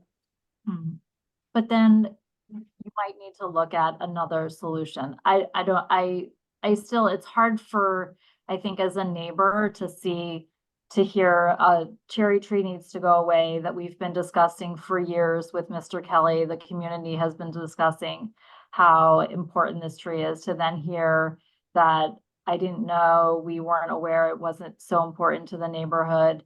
And then I think also to just see 8 trees being removed on the property. I understand there's an opportunity to build a very large home. I feel like our code of the town is also to protect trees that exist within the neighborhood. It seems very, very excessive because we're now building like bioretention water facilities. I think the scale of it just seems like the lot in and of itself, the infrastructure is not really there to accommodate what is being proposed. That's all. Okay, thank you. Did you have any other comments or questions? I don't. Thank you. Okay, thank you. Do I go first now? This is so You simple-minded. you need to propose. Identify yourself for the record. Thank you. Emily Words, 4907 Cumberland.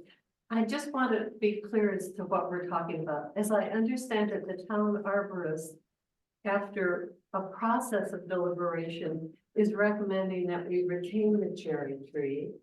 But the people developing the house would like to get rid of it. The primary reason is that it's logistically easier. But the arborist feels that with proper pruning, there's a good chance you could preserve it. Am I correct in thinking that it's now a question up to the discretion of the town council? Well, that's right. I mean, your opportunity is to make comments or to ask questions of the applicant. So I'll let the applicant answer. No, well, I just can't, this But is that's not the procedurally for you. You're just trying to understand the procedure. Well, I'll let the town attorney answer them. Well, I just wanted to clarify, I'm not sure if, I don't want to put words in your mouth, Tolbert, if you would say there's a good chance that the cherry tree would survive, but there's that he's recommended, A way to preserve. a way to try and preserve the As tree. it exists now. And the applicant has suggested that in order to access the property, they're requesting that the council allow them to remove the tree without the proposed tree protection plan that the town arborist has recommended. And so answer it's is your yes. discretion. But no, you can't. Did you want? to respond to that? I think you're asking for legal advice and, yeah, so I'm. That You know, could be yours. we've made our arguments for why removal of the tree satisfies standards under the town code. Okay, did you have any other comments or questions? Okay, thank you. I'm learning, not the swords. Not us, you can't ask them questions. So again, Chris Borick, 4023 Cumberland. I sent in a message to folks, just because we're not allowed about it this month. It was strong. I don't know if I should have sent it to everybody or, but I would just want to reiterate those. Just stand by those, and I'm happy to share them. I will just, the only thing I'll say is that it does feel like a little bit like the fix is against the trees, right? There's the idea that you're gonna build a giant footprint. Some of the trees are just gonna get knocked down, there's no judgment call on that. Then you're gonna, because of the giant footprint, now it's gonna this extensive storm water management. Now that seems to be kind of justified further elimination of trees. And so it just kind of feels like, well, wait a second, what's kind of the balance here? And I did think some of the judgment call discretionary part that Ron just read out was kind of like the counterbalance to this seemingly strong push to get rid of a lot of trees. So my opinion is the council should exercise that caution because I think the town cares about it. The only other question I had for the I kind of thought, and this is just, I haven't seen your plan, the most original, so this is a more general question. But, I kind of thought that you were gonna take out if there was some notion that you would replace it somehow, somewhere. And I don't know if that's true. I don't know if that's true or kind of binding, but I think that maybe that question would be. Yes, the town arborist has recommended, replanting. And there are a number of trees, that he has proposed as reforestation. I'm not sure if I'm looking at the most current one, but 4 canopy trees, red maple, sugar maple, black gum, oaks are examples. 1 ornamental tree, flowering cherry, dogwood, or redwood, and 1 evergreen tree, a holly or white pine, or a spruce. And those are, so that's 6 trees, replacement trees to be bonded in the amount of $3,000. And Mr. Kelly has confirmed that he will adhere to whatever the final replanting recommendations are. And is that part of the proposal that's shared with the residents, the tree replanting? It was part of the staff packet. It's been distributed. And this is a letter dated December 21st, 2023, and was revised from 28, 2024. And again, 2/12/2020. Fair enough. So that was a general question. Right. I really was a fact question, but the earlier one was a opinion question or opinion statement on my part for you guys. And I'm confident that I'm not alone amongst the citizens of Somerset. Thank you very much. That's it. Okay, so we will now take 10 minutes. Thank you. Do you want to, I think you can just step out. do you need an office to use?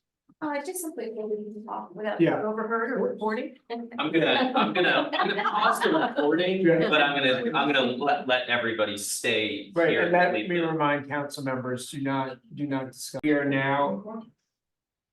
Okay, welcome back, everyone. We are now at the point in the hearing where the applicant has the opportunity for rebuttal testimony. Thank you. Thank you very much. And I appreciate the time that you gave us to confirm. I have two issues that I'd like to discuss where I think we have a proposed solution, and then we really need to talk about the cherry tree and construction driveway. With respect to the holly tree, we would propose that Mr. Kelly would be willing to plant a 5 to 6 inch caliber holly tree, a new tree immediately on the other side of the property line and location of the neighbor's choosing, to allow for a replacement tree to establish additional grid and to provide that as a mitigation. I'm so sorry, could we pull it out? So it's. Oh, yes. If you don't mind, sorry about that. So, hold on a second. Thank you, Ms. Attorney, Mrs. Bell. So, Mr. Attorney, so, in this situation, this is the rebuttal. It's supposed to be that the hearing closes, but can we have the opportunity for the council to ask questions? Yes, And then and the record can be reopened for limited purposes. And then Limited we could have. questions. And that could just be my decision, right? Okay, so I think what we're gonna do is we'll have, hopefully this is acceptable to you. So you can present the rebuttal, then we'll take questions from the council. And then allow the public to comment. Is that acceptable? Yeah, that would. And then you would again, then you could rebut that, but then that would be the end. Is that? Okay? Yes, that is fine, and as part of my rebuttal, I'm also trying to address questions. At least kind of left Okay, it. excellent. Okay, thank you. So, and I know that the holly tree has been an issue of great concern. This is not something that I think that the mayor and council could impose as a condition, but if we proffer this as something that we're willing to do, you can add that as a condition to the approval. So that's what we're offering with respect to the holly tree. We're gonna need to talk about the driveway, the shared driveway, in 2 pieces. Assuming we are allowed to remove the cherry tree, we would proffer, again, as a condition, that we would document the condition of the driveway before construction begins, and there would be a condition that requires it to be restored to its pre-construction condition after construction is concluded. So that way, there is the ability for the town to enforce and require that if the driveway is not in its pre-construction condition, that it be restored to that requirement. We think that's required of a private easement anyway, but it gives the town jurisdiction and authority to oversee and make sure that that happens. So I'm offering that in response to the question that you were asking about making sure that neighbors don't wind up with a driveway that's really not in the condition they expect. Here's the more challenging discussion. As I've explained, the cherry tree, the green box to protect the cherry tree takes up almost the entire construction driveway that we propose.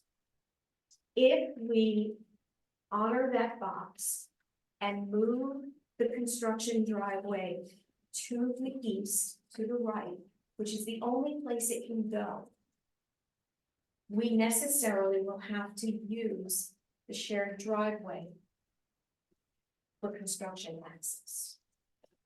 Currently, we have moved the super silt fence, the limit of disturbance essentially, out of that shared driveway so there would be no impact. I realize that you have your doubts about that. That is not the way the project was designed to work. If that were the case, the super silt fence would need to go through a portion of that shared driveway for the duration of construction, because it's hard to see, but I'll make this the yellow. This yellow would become the only place that you could put a new construction entrance, rather than where the box is located. So we think overall, the better approach is to leave the construction entrance where it is, remove the cherry tree, and provide the greatest usable protected shared driveway through construction. If the council has a different view and wants to protect the tree, then this would be the alternative, and we would work to make the necessary changes to get an alternative construction access.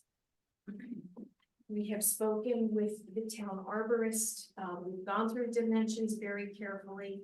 I think he shares our conclusion that that's the only feasible place where you could put an alternative construction driveway. We've been very clear that's not our preference. We would like to protect the existing driveway. And that frankly is what I would ask. My ask would be that you accept the proffer of the 7-inch, the 5 to 6 inch holly tree. You accept the proffer that we will document and restore the driveway and allow us to remove tree 2 and leave the existing construction driveway where it is. You understand the alternative option if you're not prepared to approve that request. Yeah, you don't get a chance. She's gonna get it on the thing. Just to sum up rebuttal, having answered the questions, we do think that under the code standards that we do qualify for removal of these trees. One of the considerations weighing in favor is the provision of adequate stormwater management. We've been very careful to do that. And another one is to allow for installation of utilities. And it is the installation of the sewer line that really is driving this question about the cherry tree. And I again remind the council that we have preserved these additional 4 trees here. Mr. Kelly has worked to preserve this string of 4 trees along the property line. And I think he's been very, very responsible in how he's done that. So we would ask that you approve the permit. My rebuttal is completed. Thank you. Councilperson Strickland.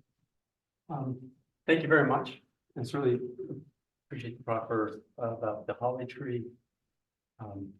I I guess I don't understand why a proffer is required to ensure the driveway remains in the condition it was at the end of construction. Wouldn't that be an expected thing for a shared driveway regardless? We think it's expected and we think that it's frankly required. I was trying to give additional assurance in response to Councilmember Heller's question. Thank you. The construction driveway. I understand that, you know, a good half of it that goes in towards the house, as we look at drawing exhibit page 005. Falls within that, or largely falls within the green exclusion zone, protection zone for the tree. Why can't you just make the part of the driveway closer to Cumberland Avenue wider? Give yourself whatever the amount of space is that you need. Because the access issue is not how you get from the street to the front of the property. The access issue is how do you get the equipment back here to do the construction and grading that you need associated with the rear of the house and the stormwater management facilities for the underground piping. So you've got to get equipment, construction vehicles back to the back of the site. That's where the challenge comes. And this entire part of the property, you know, this is outside of the limits of disturbance. And so once you pour the foundation, you can't get that kind of equipment. You can't get large materials through this very, very narrow limit of disturbance. And frankly, there's almost no room for any back here. That's the challenge. It seems that part of the reason for that space restriction is the location of the dumpster. Why can the, is it possible for that dumpster to be relocated? Somebody else will have to answer that question. Oh, I see what you're talking about. Is it this dumpster here? Yes. Again, it's moving the construction. Let's say hypothetically we move the dumpster, we flip the dumpster and the construction driveway. You still have got to then bring the equipment and the materials here and go left and up. It's not going to let you avoid this 9-inch box. Right. I think that's right. Thank you. No further questions. Everything you're concerned on. All right, there are two criteria I'm looking at here, and I think you're saying that these factors are determinative. The first one is the hardship or unusual practical difficulty which the applicant may suffer if a permit is for the requested action, which is the removal of the cherry tree in this case, is not issued. And you're describing very practical difficulties that you would have if the cherry tree is not issued. The other one is the extent to which tree or shrub removal is necessary to achieve post-development, redevelopment, land use, utility construction, utility maintenance, and the extent to which there is no reasonable alternative. You're assuring me there is no reasonable alternative to your plan. We've been through all this. WSSC has said there is only one way. Have you got any other comments on that? We not only explored this at length before coming in here tonight, we took a break and we looked at it again. We really, if there was some way we could offer you an alternative, we would be here, and we also confirmed with the arborist, just to confirm that what we're telling you now really is, that's it. We've given as much as is feasibly possible. All right, thank you. Yes, sir. So what I'm trying to understand is if you take down the cherry tree, that will become your access to the back of the house. Is that once you've taken the house down? Because I've been on that property. Well, and I can't imagine that that's enough space, even with the cherry tree down, to get to the back of the house. If the house is still standing, if anything is still standing and not use the driveway. I will let Mr. Kelly elaborate, but I think that once the house comes down, that gives you more flexibility for access. But then once you pour the foundation for the house, then you're really confined to the right-hand side of the property. But then, yeah, I got that, and Okay. I appreciate that, but how are you not going to use the driveway once the foundation is poured? It's not a lot of space, you know? It is not a lot of space, but when measured out, the plan is to move the silt fencing outside of the shared driveway, so that there's no access along the shared drives. Okay, so it's just- And measured, it appears that there's enough room to do that, and Mr. Kelly has looked at that, because his plan all along was to keep construction traffic outside of the shared drive. So then the house itself, once the foundation is poured, is how close, how much space between the foundation once poured and the shared driveway? 10 feet. There's 10 feet there, and you And then think, there's another 5 feet on the easement, so 15 feet to the property line. so you can actually, you'll actually have 15 feet to take your equipment down to the back of the house with the foundation poured? What we're hoping for is to be able to keep the sediment control measures outside of the easement. That would leave us 10 feet. And that would give us enough room. Really? All these big trucks that show up with the wood and the this and that, those They're are not huge. back there. They're gonna have to be offloaded in front. I'm talking about excavation machines, smaller excavation machines to dig this bioretention facility. With all the soil will have to be brought up in a smaller machine and then loaded at the street.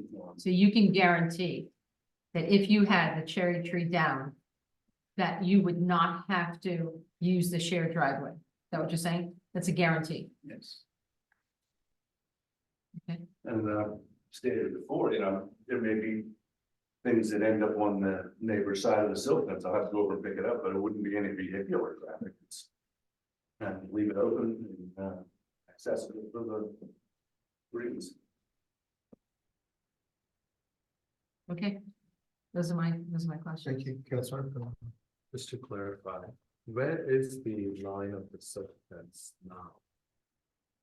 Because what you were highlighting, that is where it is right now in our diagram. The super silt fence is drawn on the property line, which runs down the center of the shared driveway.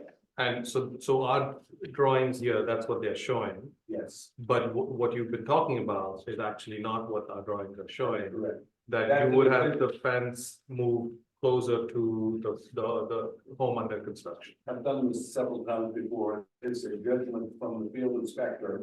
Yeah. And once he understands that there is a shared driveway, they'll let you move it out. They'll move it in, and so that's when this becomes the entry point, and then like that's. Okay. And then where it is showing right now, which is through the shared driveway, what's left of the driveway on the other side of the fence? Not The whole enough. driveway. Not enough to drive. No, that's why it has to remain open, it's a shared drive. How many feet will be left? If we put the super silt fence. As it's shown in the drawing here. 5 feet. 5 feet will still. More or be left. less, it kind of meanders down. Understood. There's a little slope there, and some stairs and landscaping. Understood. So this is, if I may, say this, that you're saying. It's not about the pruning. Because it's the line of driving that you would have to remove it. Or you would have to maintain it as it is shown in this. That's correct. You made that. Okay, thank you. Councilor Rovak. I don't have any questions. Okay. Does any member of any of our citizens wish to comment?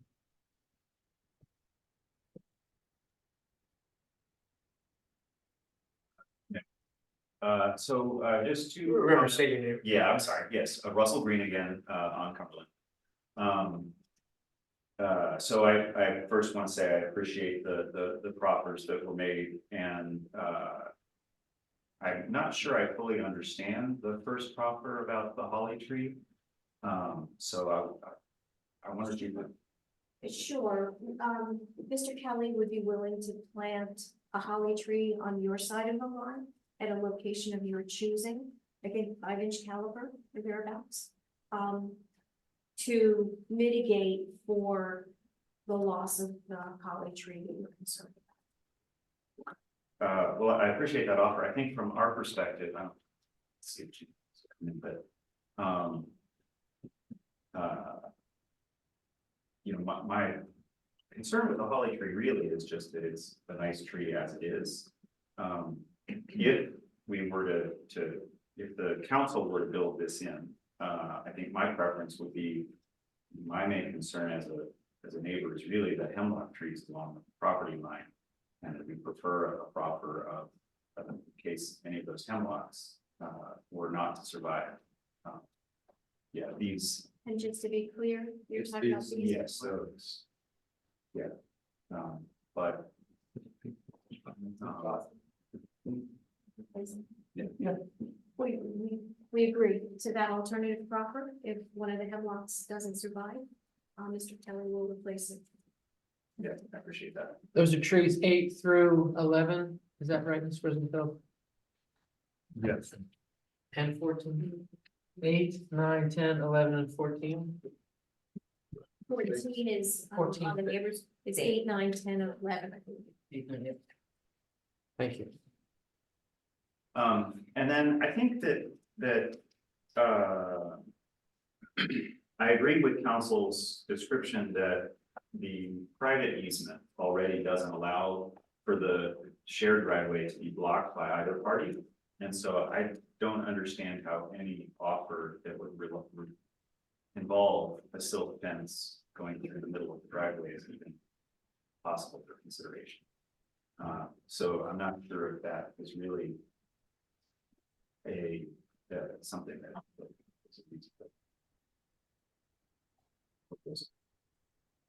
So that's all I wanted to say. That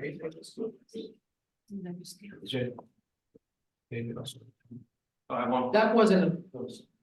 As I understood it. That was a question. She said it was an alternative to either you cut down the tree or you have the silt fence go down the middle of the driveway. Yeah, I'm pretty sure, but I may have misunderstood. I probably wasn't, if I may.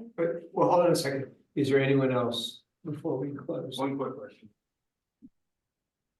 Okay, I'll be angry if I don't answer. It's a legit question. Remember to identify yourself. Chris Porter. Why do you need all the driveways so the trucks can go back and do construction in the back? Why is that? It's for the machines to excavate for the bioretention pond. They dig the piping, all the piping set up, being installed back there. And pouring the foundation. Organization, so the reason I asked is we did a similar thing, we didn't have a driveway, we didn't have anything, we got everything done and needed to in the backyard, so that's why. I mean, a garage. Yes, that might be it, so it sounds to me like. The reason I was asking, it sounds like the cherry tree has to come down so we can build the garage in the back. May I approach the screen? Of course. Okay. There's two structures in the back of the property. This is a structured stormwater management facility with associated piping coming off the house in the driveway to capture the water. It's not a pond, it's a structured structure. This is the garage. So even if there's no garage, there still needs to be extensive clearing and grading back here and excavation in order to build the stormwater management. Can't you do that before? It seems like we can build that before you lay the foundation for the house, just get it done, knock it out, save the tree. I defer to Mr. Kelly and the engineer on that. We still have to dig all the piping, trenches to the pipes down through there, It's sure, I'm not an engineer, I'll follow the question, but it does. It's different than my experience. Thank you. Okay, thank you. It's. Jamie, Kaplan, I don't think maybe would like to make another comment. Yeah, Jamie Kaplan, 4813 Cumberland Avenue. I guess my only comment is, I mean, it sounds like Mr. Kelly is open to saving the cherry tree if there is a way for the, I don't know what exactly you call it, the berm or that pad, if there was like another place for it to go. And I guess the argument is that the only place for it to go would be on the shared driveway, which isn't an option, and then there's tree protection. And I would just argue that if that it would be worth exploring or talking to another outside expert to really understand if there you know, it is tight. I think David Brown had said that, but just to really to further explore if that really could be an option. Okay, thank you. Did you want to respond? I did. I want to be clear, we weren't suggesting that we would be blocking the shared driveway, just that there would be construction activity along the shared driveway. Whereas with the current existing proposed construction access, it would keep that off the shared driveway. So I don't think there's any suggestion that there's a plan to block use. I mean, I also think that in like relation to the town code, like the code is to protect the trees of the town. The property has an existing easement. When designing plans, I feel plans should have been designed around the code of the town. The easements are currently in place. And now we're in a situation where it feels a little bit like, you know, we're trying to fit a square peg into a round hole to all make this work, because at a high level, we didn't really think about how to design a property that would really conform to the space, conform to the code, work with the neighbors. And now this is where we are today. So I think if the project is going to move forward, and I think, you know, I think we're trying to all work this through. I think it's important to people who live in the community that the tree is preserved. And I think that there should be further exploration to really figure out a solution of how this can happen. There are plenty of people who buy homes in Somerset who are very attracted to a tree. I mean, it's hard for me to believe that having that tree in front of the property is not going to enhance the curb appeal of selling a home. And even, you know, at last month's town council meeting, a separate couple came up, they talked about their plans, and they specifically said they bought this home and they were going to be designing plans so that a tree could be preserved. It would just, within the community of like creating another home, it's unfortunate that these considerations weren't taken into respect. So thank you. Thank you very much. David Brown has raised his hand as well.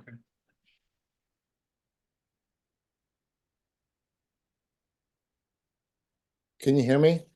Yes. Okay, David Brown, 4815 Cumberland. I'm sorry, 4814 Cumberland. There's two questions. Well, one question I want to ask is, I always found that WSSC would be happy to relocate, to cap the existing tap and relocate it at a different point, but it costs a fortune. Now, you've said that they won't do it. Are you sure that that's the case? Have you checked? I have not checked. It's not a standard practice for doing what we're proposing to do, and no, I have not checked.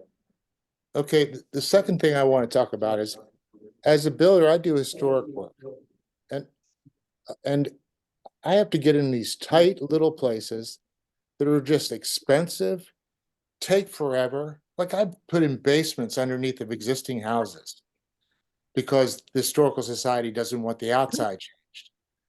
So what's happened here, like people have said, with the pond that's going in the backyard, the garage, this house that's just, nobody in Somerset wants that house, a house that big on that lot.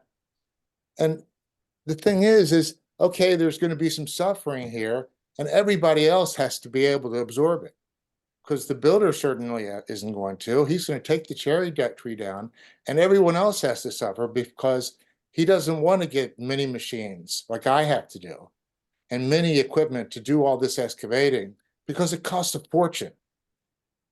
You know, you could stage it, take the house down, put a ramp in, build the garage, build the retaining pond, then redig the foundation. You can do all this stuff, but it costs a fortune. But the builder has gotten himself into this situation, and I don't think it's fair to ask Somerset to pick up the pieces and say, okay, we're going to bear the cost. You know, and the cost is having the driveway used, or I hope everybody understands what I'm saying. Nope, that's all I have to say. Thank you. I just have one follow-up question. So in the scenario where you do wind up having to use part of the shared driveway, where does the fence go? Or there's a, I'm not a technical person on this, but there's a silt fence, right? And would that then would that still be along the edge of the driveway, or would it at that point be in the middle of the driveway? I think Well, we would meet with the arborist and lay out the protection for the cherry tree, see how much room we have left to be able to manipulate it onto the right side of it. There's not enough room to get to the left and between the house and the side yard. So then the sediment control inspector will have to tell us, give us instruction on where we put this fence. I mean, the way you had described it is right, your current plans, yeah, the current plans, you have 10 feet between basically the edge of the driveway and the house, but through which you move the equipment. And if the cherry tree stays, then you need to move another 5 feet out from the house, and then it moves 5 feet into the driveway. And then because you're saying that you only use the driveway, but there is a fence that goes up that limits the disturbance. And so I don't understand how you can use the driveway without blocking it with a fence. Well, we need enough room to get past this box. Right. So currently, sediment control has drawn instead of the middle of the easement here. So I'm gonna need enough room to get through here, which I would. You'd probably need a minimum of 6 to 7 feet. So there would be a fence that would be located inside the shared driveway. Under that scenario.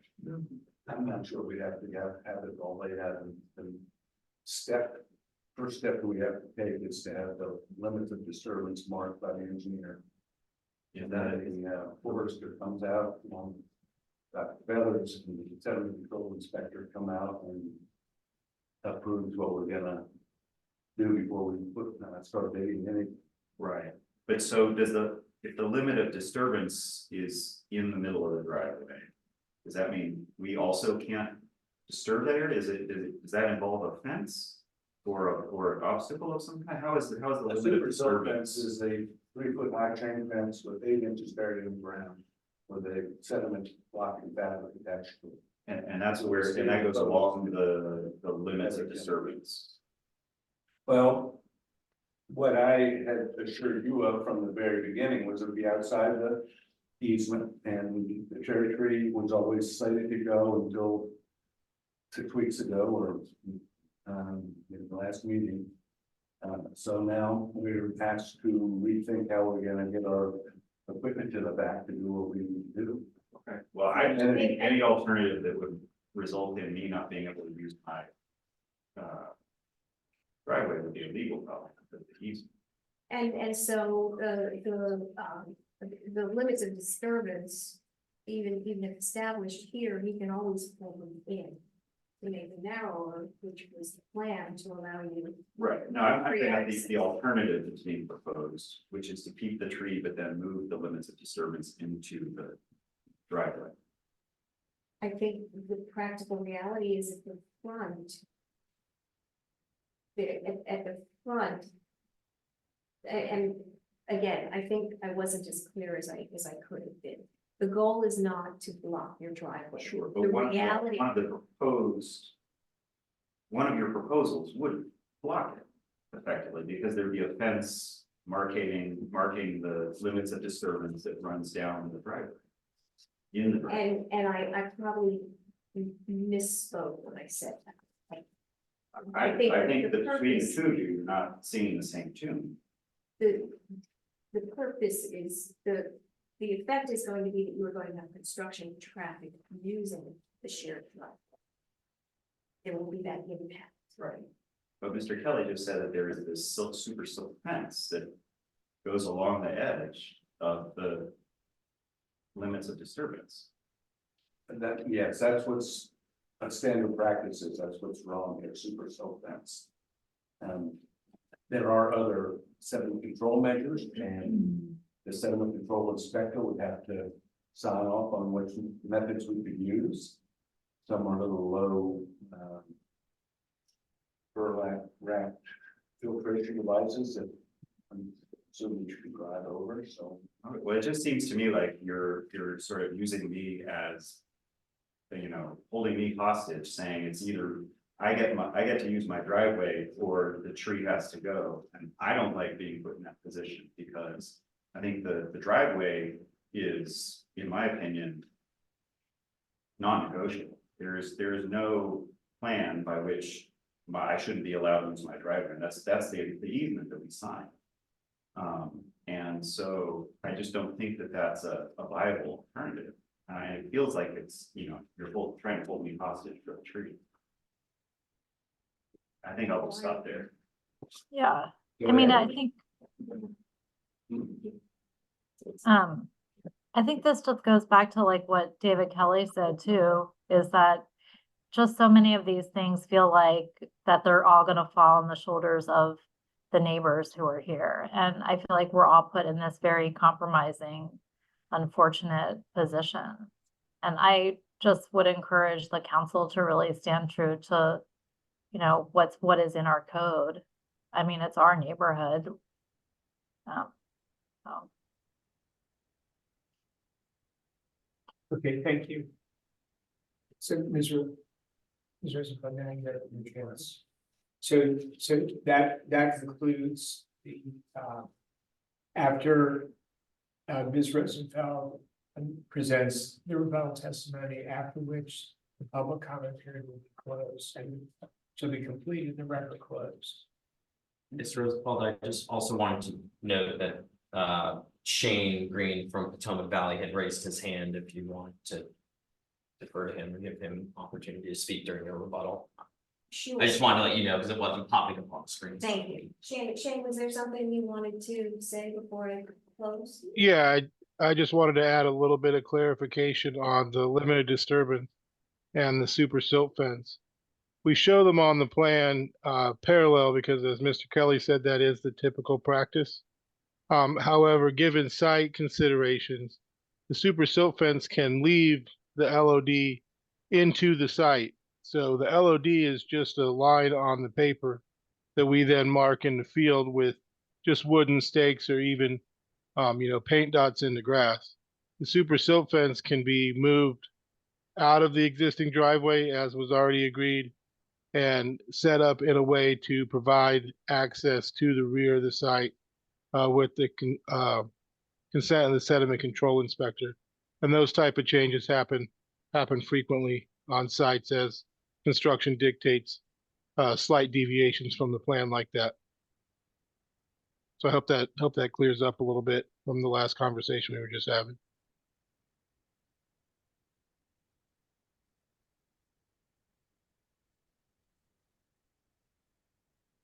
Thank you. Briefly, I do want to clarify we would not be allowed to block use of the driveway for the neighbors. I want to be very clear about that. The issue here is how does construction equipment and materials get into the site if we need to maintain this box? And that will mean that there will need to be some construction activity, equipment and materials across that shared driveway. That is something that Mr. Kelly is working to avoid. And so that raises the very concern you had. What impact is it going to have on the shared driveway when you have equipment and materials and deliveries going across it on a regular daily basis? That's sort of the issue that the council has to weigh in the balance. Our preference would be when we look at Cherry Tree, leave the existing construction easement access where it is and really be able to protect fully the shared driveway for just the residential use, no construction activity. We do think that although preservation of trees is definitely one of the factors that weighs in the balance in favor of keeping the trees, There are other factors that weigh against it, and that includes the installation of utilities. And that clearly is the sewer line, and frankly, it also extends back to stormwater management, which is another type of utility-like consideration. I think it's explained to you the history of this site.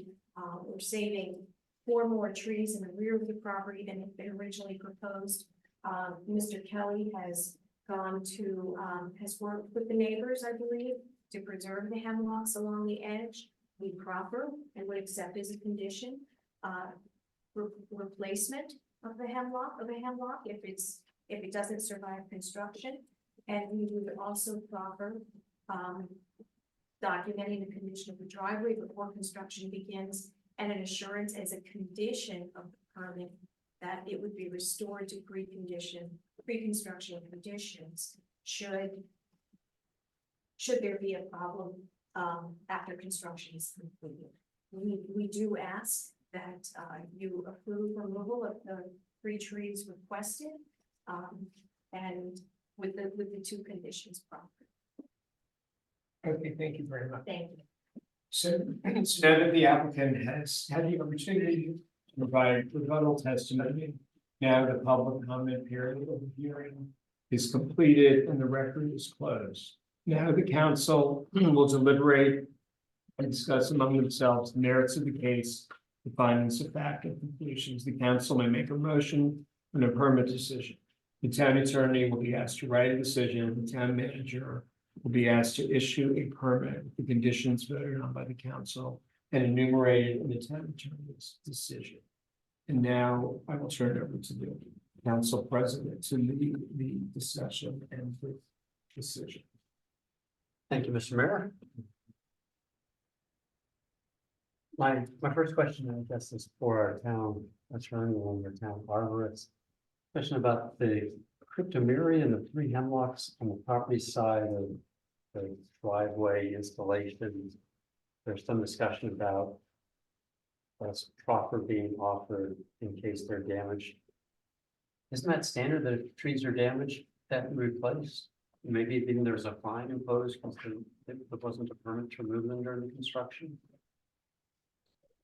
So under the code, there's bonding requirements to make sure the reforestation trees are planted and survive a warranty provision. There isn't a provision that states if trees inside tree protection areas are killed, that they have to be replaced. But if the tree protection plan is violated, that would be a municipal infraction. It would be a violation of the terms of the permit, which is a citable offense. And sorry, Dr. Featherstone, is there a tree protection plan for those trees along the side of the property? It just doesn't show up on. Yeah, it's very tight. It's a very tight area. The driveway's there. You can see the green line. The green line. Yeah. Thank you. Also, Mr. Kelly said. So that we can't have new testimony during the deliberations. Right, thank you. Okay, so let's get into it. There's a lot to digest. We've had a lot of good inputs. I have a couple of observations to kick off the discussion. First off, I want to thank our town arborist for his inputs and recommendation, and I put a lot of weight on his recommendation for a tree protection plan for the cherry tree. And I know that there's something sort of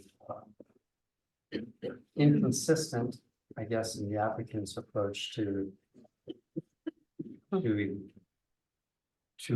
request that we not protect the cherry tree, but suggest that the holly tree number 17 is already sick and dying and should just be taken down because the town arborist said it should just be taken down.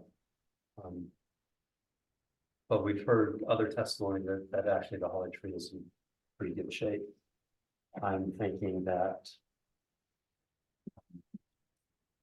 the size of the retention on the structural device is driven by the amount of income created by this construction project, which includes the 2-car garage. So if the garage were smaller, perhaps the pond is not the right word, the structured retention device would not need to be as large.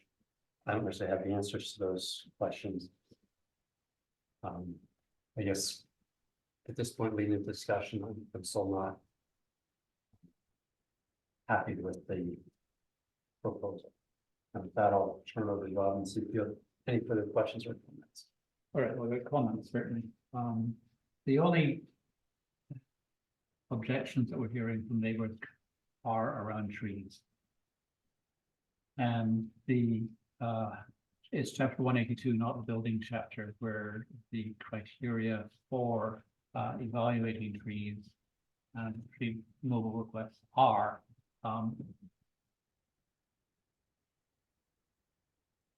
What we're going to consider are, for the cherry tree or for the holly tree, the desirability of preserving any tree because of age, species, size, or outstanding qualities and uniqueness, rarity, or status as a landmark specimen. Not even the cherry tree qualifies for that. Well, the other one, maybe the cherry tree does qualify, the extent to which the immediate area and the town in general will be subject to environmental degradation due to removal of the tree, but not limited to stormwater management concerns. So maybe perhaps we could conceive that as environmental degradation. The third one's not relevant, number 2 removal.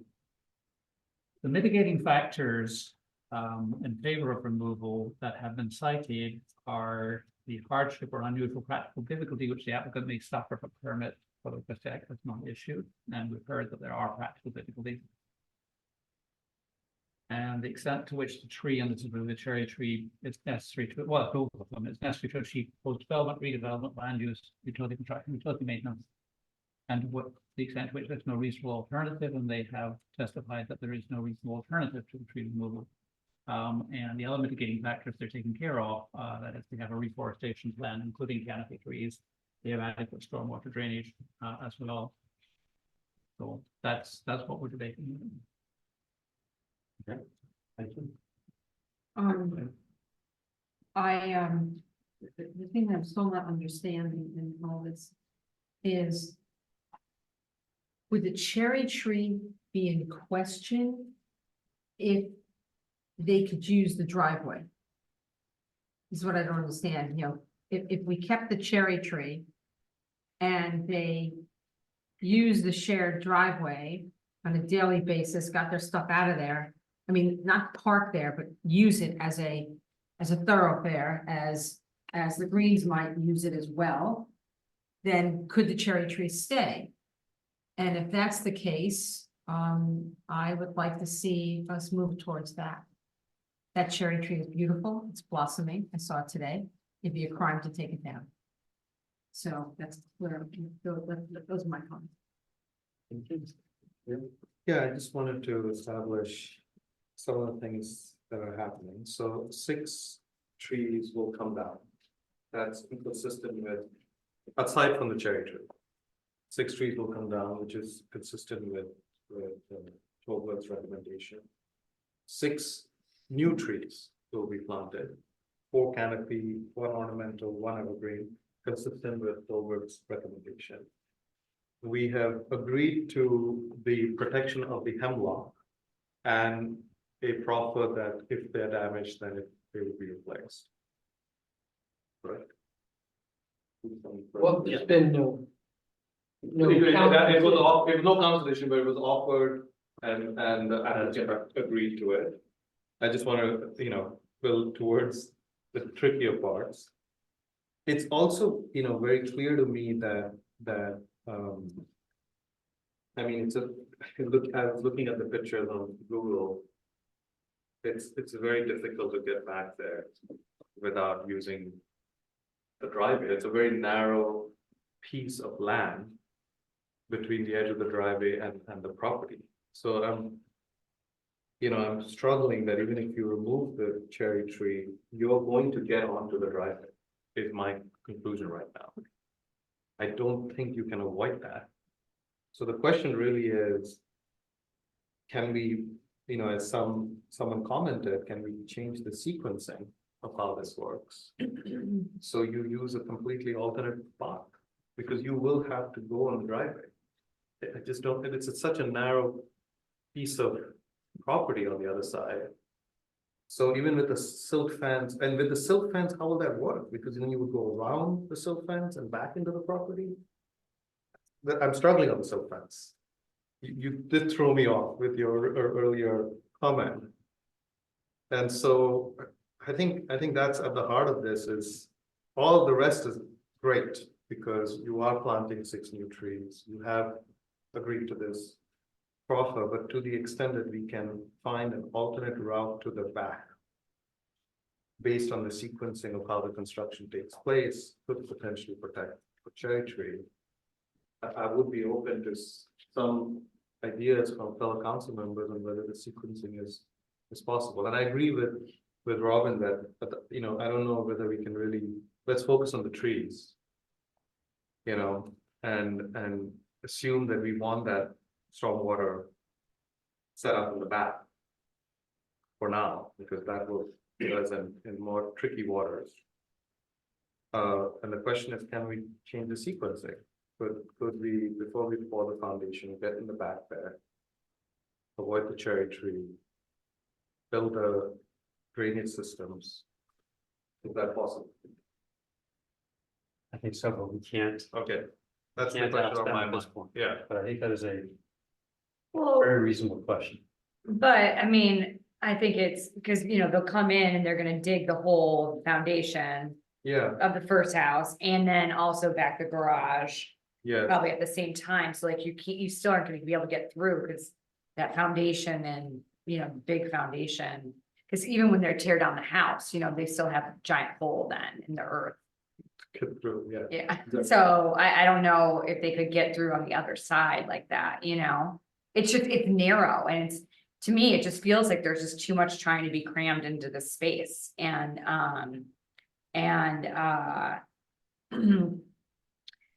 don't, like, to your point, like, I don't think they're moving the house over to the side more from where it stands. So like where it stands, it's gonna still be like where that house is. And I agree, I don't really know how they're gonna get back to that back part. But this plot of land is, it's got the broken pipe and the makeshift creek, and it's there's a lot that goes on in that backyard that would make it challenging, I think, to do any sort of, getting back there. I don't know, but I'm still confused why they can't have a permeable driveway, like from our code, like why they don't need a variance. I think it's the slope. Because it says 5% in our code. That's correct. Ron? Yes, that's correct. Yes. Because the slope is greater than 5%, the permeable driveway is not required. I mean, they are capturing the water by a trench that feeds into the bio retention device, so it's kind of the same function that a permeable driveway would do. It is capturing the water. But it's just like, it's more of like a aesthetic thing, because like they've got, the shared driveway. And then they come right into the, they're also a cement driveway that they're gonna have that goes along the back of the house, Whereas if it was a permeable driveway, there could be some green area that we could see like popping up from the from the pavers and stuff like that. It's not gonna look so, my fear is that we're gonna take out the tree and it's just gonna look like concrete jungle, like because of the shared driveway that they have already, because it's like driveway. The driveway is gravel at the moment going to the back of the house, and that's going to stay. And then there'll be a concrete area to the left behind the house that goes to the garage. In the proposed property. Yeah. So the shared driveway, curves to the right to the green. Right. And then on the left, it will continue. Right, and it's on the left at the back is where the. So there's like gonna be a little strip of green, then like where the cherry tree kind of is? Like, where's the grass? Like, I mean, And the town does not regulate aesthetics. Oh. You can address stormwater drainage impacts, Okay. but not as. No, we're talking about the back, in the front, the cherry tree. You know, and so, either it stays or it goes, it's in front. You know, that's the idea, is that right now, I don't know how many feet, 3, 4 feet to the right of the cherry tree is, you end up at the start of the drive. Mhm. So it's a very narrow strip between the cherry tree and the start of the drive. And the HVACs are back there too, I think. On the right side. The right side, rear of the Sure, I don't house. see, no, they're further back, from diagram. Yeah. So, But then our stormwater management code does not take into consideration when trees are being taken down, like it doesn't give them a, It doesn't, no. well, it does acknowledge that trees can be part of stormwater.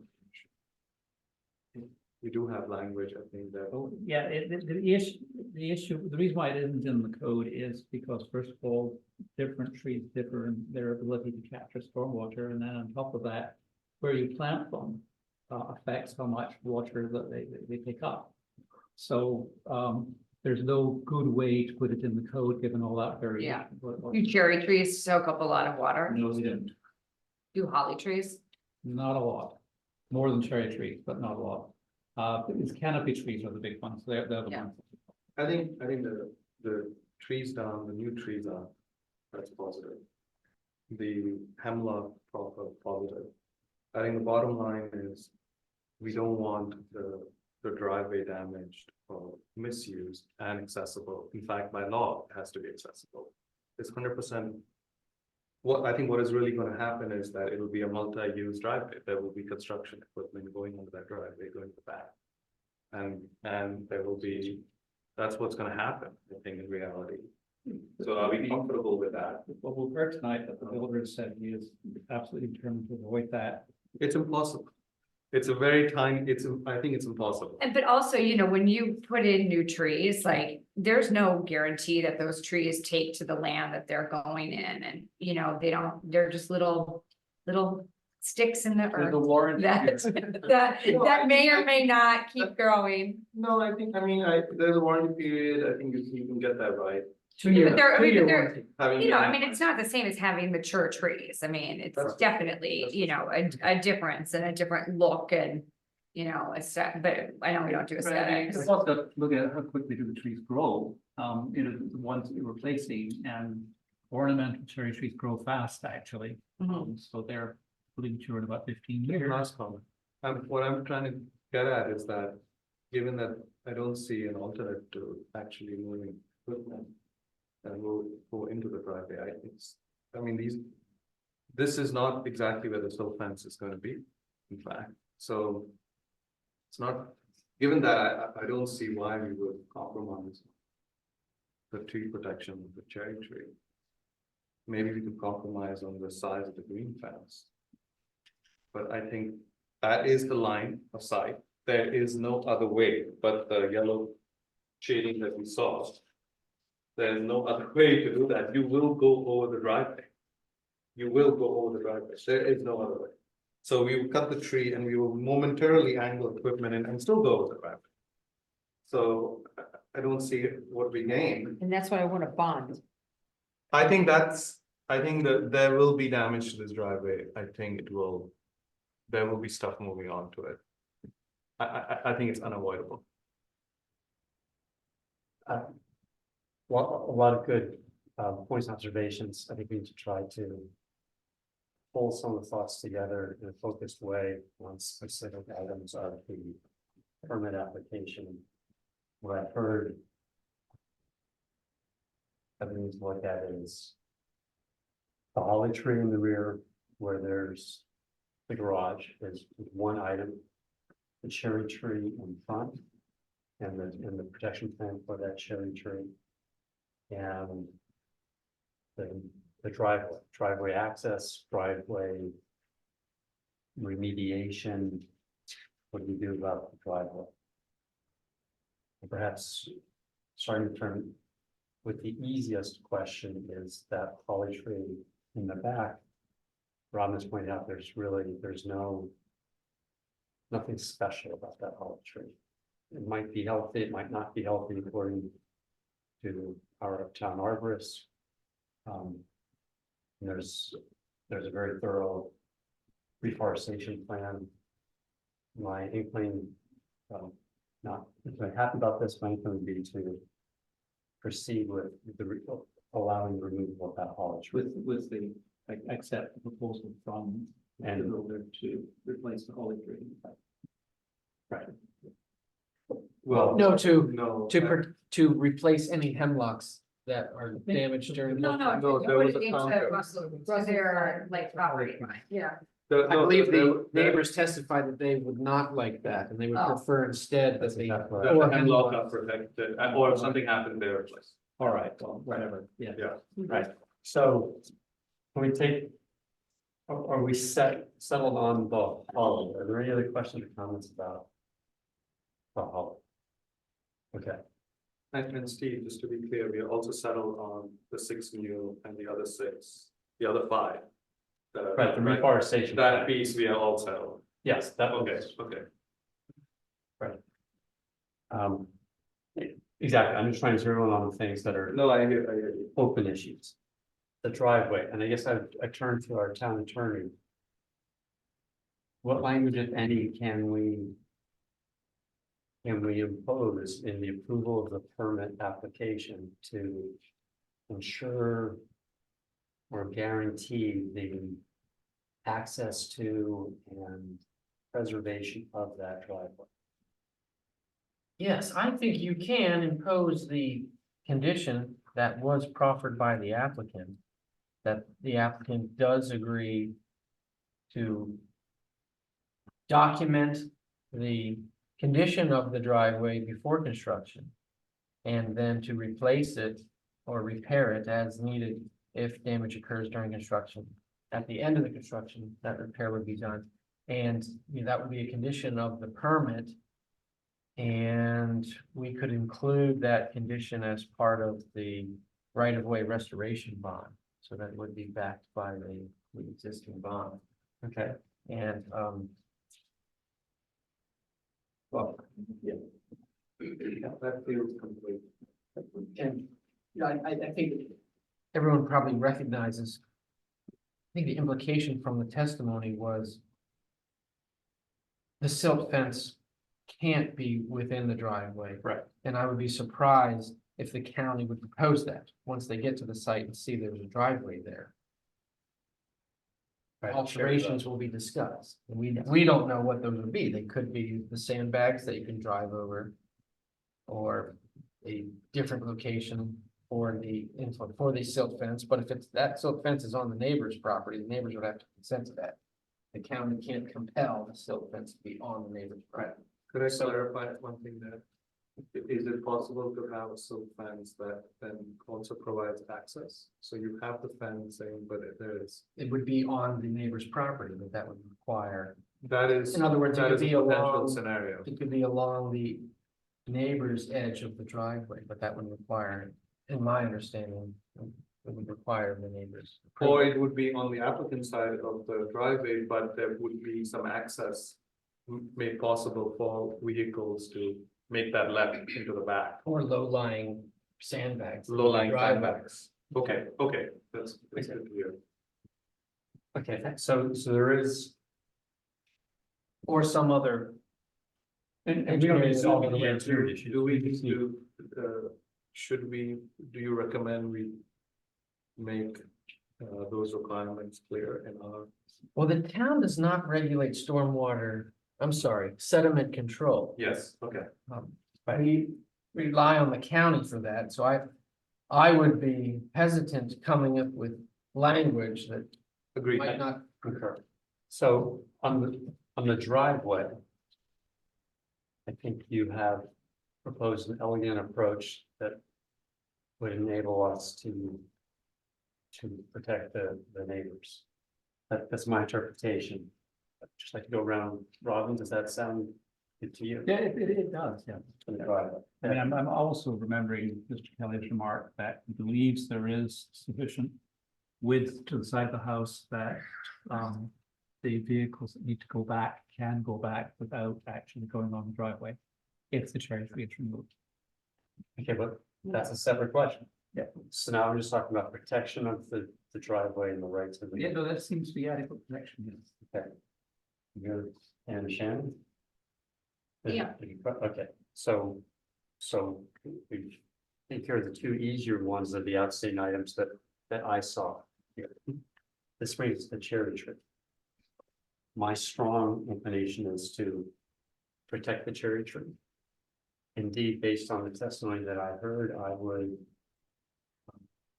add some sort of requirement that whatever would be the recommendation or advice of our council that they pursue a rerouting of the sewer line. Because what I heard was the reason why we couldn't pursue a less invasive disconnect and reconnect of the sewer line was because it was cut in the wrong place by the contractor. And I don't think the tree needs to suffer more damage because of that mistake. The mistakes happen, that's fine, I just think we need to deal with it. And so I guess the big question, Ron, is could we mandate the rerouting of utility lines? If the testimony provides that rerouting is possible, and because that requires WSSC determination, I don't know that. So there had to be some sort of a caveat that. Well, testimony said it's not possible. The neighbor who's a I know, but we have, contractor says it is possible. Steve. There's a scenario here where we protect the cherry tree because our belief is that even if you protect it, you have still access to the back of the house. Our belief is that you can still go straight to the back of the house. Our belief is that you can protect the driveway doing that. Our belief is that you can build silk fencing that meets the county requirements. You don't need to go this way and then up. You can go straight up. If we believe that, which I think is possible, then we can keep the fencing as proposed by the town. Oh, sorry. We don't need to move, we don't need to talk about the sewer lines. We just keep the fencing as recommended by the town. The lines are gonna go through that green box in the ground, and they're gonna, Ooh, can we have Dr. Feather give us any additional facts? not without reopening the No, round. then we're not doing that. That is not what's gonna happen. Okay, that's not what I'm doing. That's how it's gonna happen. Okay, But I believe you can. The tree protection plan, I believe the testimony reflects, was drawn up with the understanding that the utility lines are gonna go in as proposed. right, okay. Yeah, and I A think, cherry tree will need to be pruned to allow for space to install underground utilities. Okay. all leave it I'm at saying is that recommendation. I agree with the testimony that it's a fall straight up. I think there's a straight line. I think it's inevitable to go onto the driveway. I think it's protecting the driveway that if we achieve that, that's gonna minimize the damage. I think. Momentarily going diagonal and then going straight is all, if that is being proposed, ultimately you will go straight, ultimately you will go onto the driveway. Okay, so. Real quickly, my vote would be to protect the cherry tree. Robin, what would your position? Well, first of all, I will say I love cherry tree blossoms for the 2 weeks that they blossom. The other 50 weeks, cherry trees are nothing. That's a fair point. They're not canopy, they are not canopy trees. Nothing is a little They are exaggeration. lousy at stormwater control. They are not native trees. They don't, what that means is that no bugs lay their eggs on them. So they are really not advantageous for the town at all. But on the other hand, everybody loves cherry trees, so I accept everybody loves cherry trees because they love We've lost them for 2 weeks. However, I am not in favor of keeping this cherry tree for the reasons that I stated. That's it. It's a lousy tree, okay? Okay, well, Right, noted, very, Yeah. I visited that tree today and it's lovely, okay? For 2 weeks But- a year. Yes, but once the blossoms are gone, we have a tree with, we have, leaves. Provides no shade. So you, why don't you say you love the treasure? So you're, I am in favor of keeping the favor. cherry tree and doing our very best to keep it. And Okay. then protecting the driveway, having a bond. So when they. we've already got the driveway covered. Okay, You're then- correct. So your tree is, you're. I believe that, yeah, I support the town arborist proposal for tree protection, Well because I believe that there is a straight line to the back. And that invariably you will be on the driveway, therefore we should do whatever we can to minimize damage. I support the tree. Okay. All right, New t-shirts, I support the tree. so. With all that said, I think I'm ready to make a motion, and I'll probably need lots of help from my colleagues and. Attorney, especially since. Okay. So. I move that we approve the permit application submitted by David Kelly and Dr. David S. Kelly Electric Company. Incorporated for construction of new home property located at 4815 Cumberland Avenue. With the following conditions. One, that the tree protection plan recommended by the town arborist for the cherry tree in front, which is tree number 2, be adopted or followed. That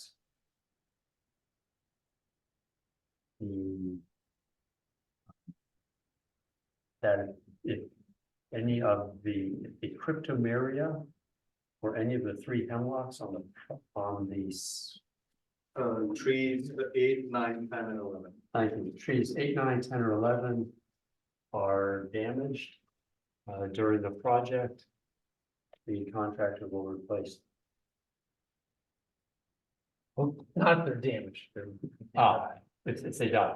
Contractor will Within a replace. 2-year period from completion. Thank you very much. And that the contractor will inspect the driveway prior to the commencement of. Can it be within a 1-year period? No. 2. Yes, it could. I was just suggesting 2 because that's the But that's warranty the- period for the replacement trees. I see, sorry. Might make sense to have the same period, but you can make it 1 year certainly. We'll just keep it. That's the same, and that we have we adopt the proper condition on the driveway for the contractor to inspect it prior to the commencement of the construction and ensure that the completion of construction, the driveway is returned to the same condition. And if there, that, how do you determine that it's the bond or the right of ways? Yeah, I will draft the right of way restoration bond and include language that will include, that will be the same. Okay. My colleagues, did I capture all of the key elements? Yes, second. But just one minor nit.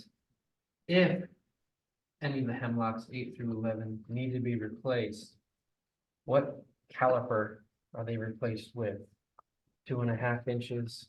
Right, that's, I have one quick clarification, Ron.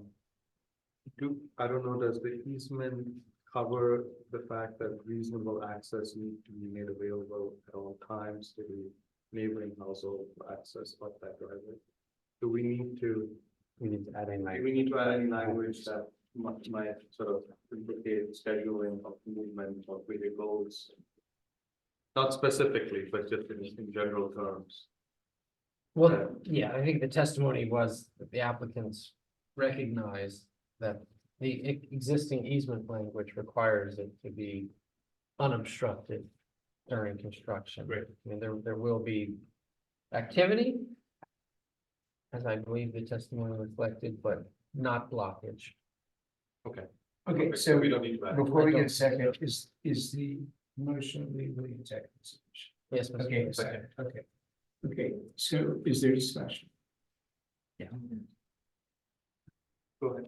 Yeah, I mean, first of all, I will not support this motion, but I want to make the second point that this is going to result in more construction traffic on the shared driveway than if the shared tree is removed, substantially more. There's a shared driveway and there are children in the house next door.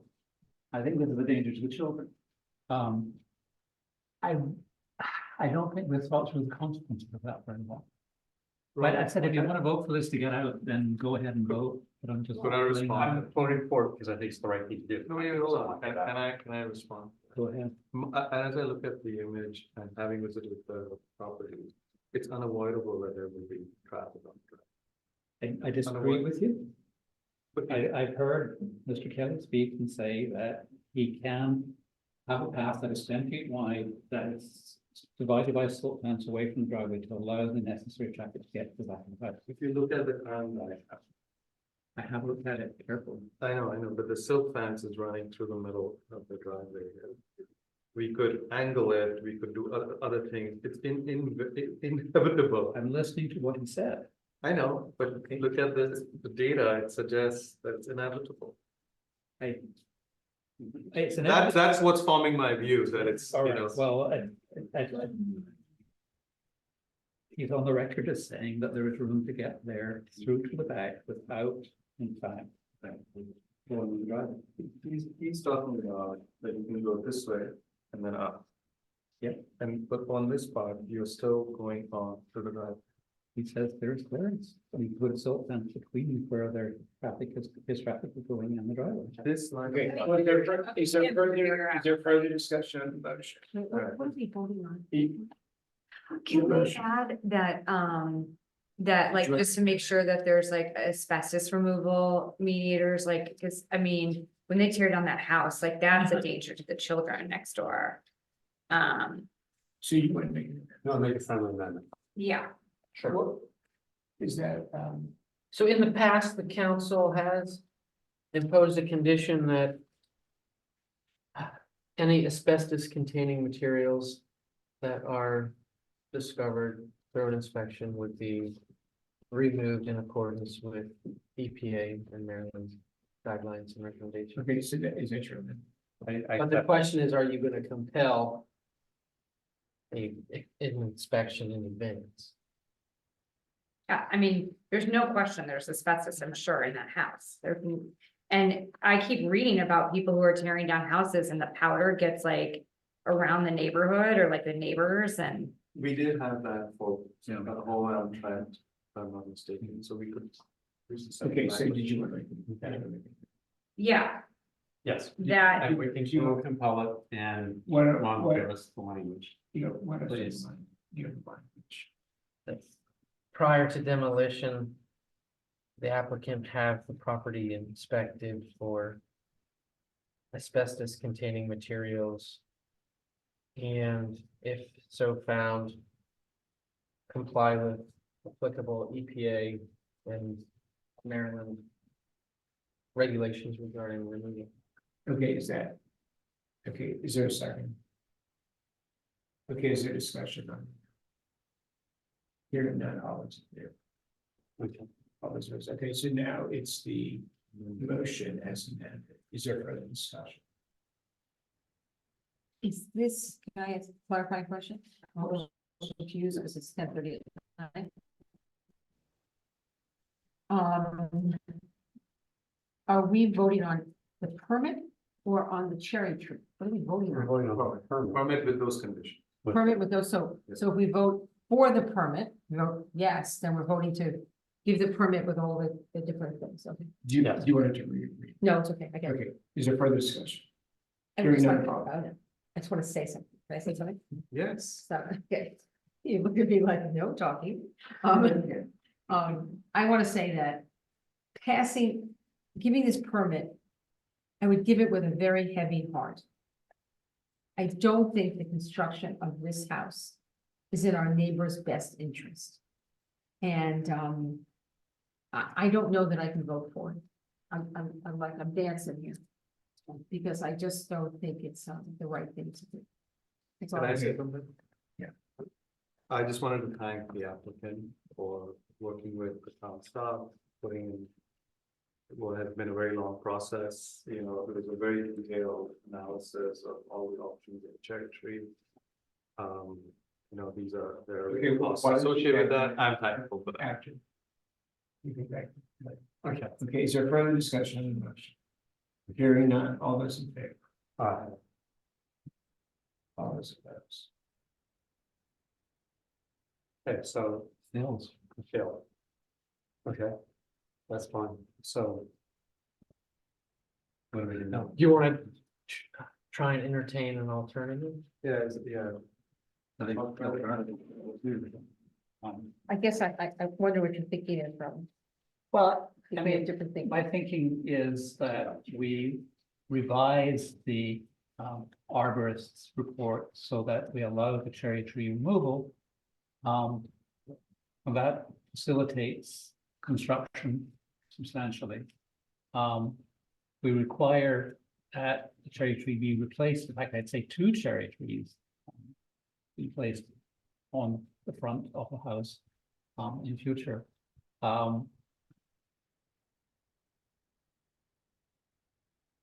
That I don't think we'll get a majority open for that, but I'll propose it and see what happens. Okay, so your proposal, thank you, Rob. So your proposal is basically the same as before with the one exception or the one shift.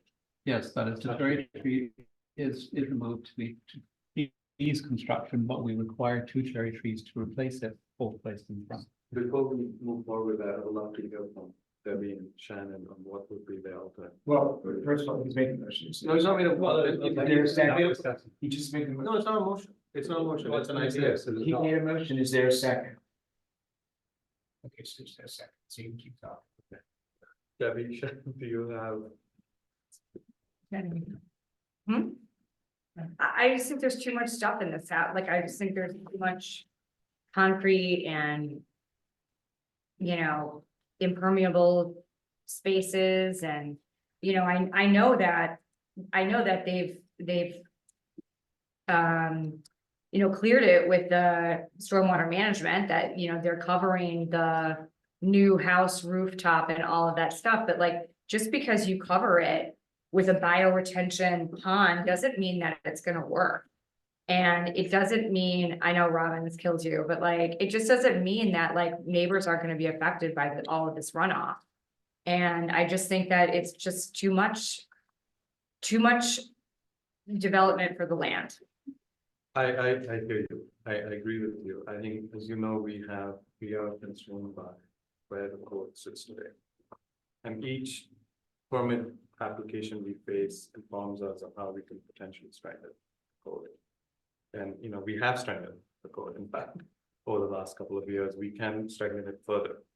I think, But the code protects for trees and we're a tree city and it allows us to have, you know, and they're taking down 8 or 9, you know, or 6 or 7, I'm not sure how many trees. and as per the code, 6 new trees have been planted. We are protecting, as per Steve's motion, the cherry tree.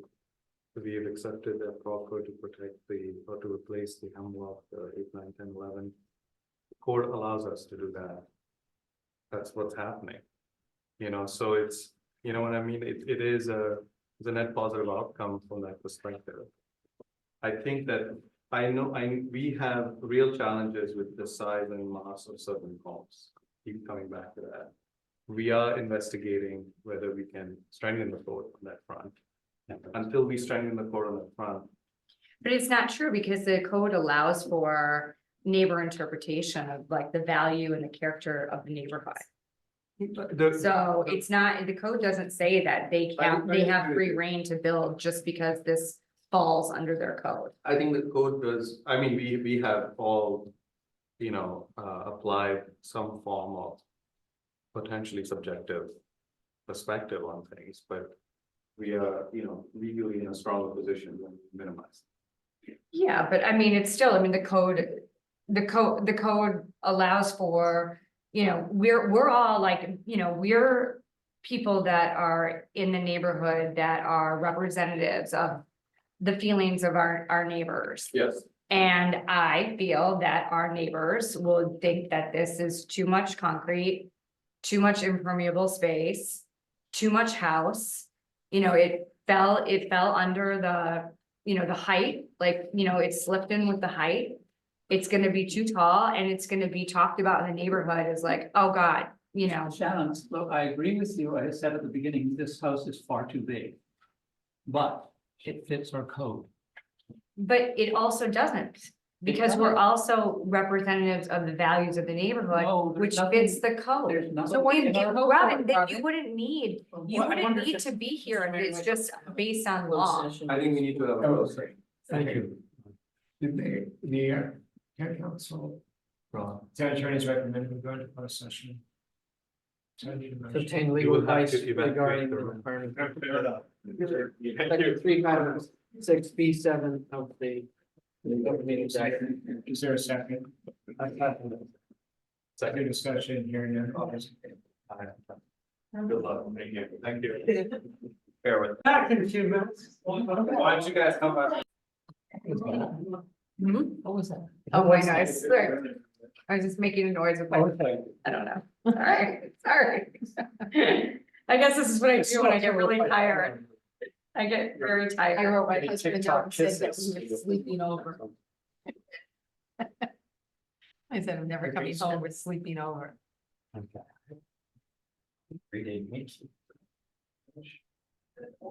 Okay, why don't you start? We should, doesn't want to come back in. Did not go for them. Oh. Look at that, the magic, I don't think it works. Okay, we have reconvened and I will again turn it over to the council. Okay, Steve, would you like to make the motion again? yes, and I think I have one small inspiration, we'll see how that goes. Okay. Okay. So I will reintroduce or introduce again the same motion I made before with one small addition that if the cherry tree dies within 2 years of this project, it will be replaced also, just as we have that same condition on trees 8, 9, 10, 11. Fine by me, second. Okay, is that All the other things, this. And that Includes everything. okay, else. so it's been moved and seconded, is there discussion? Okay.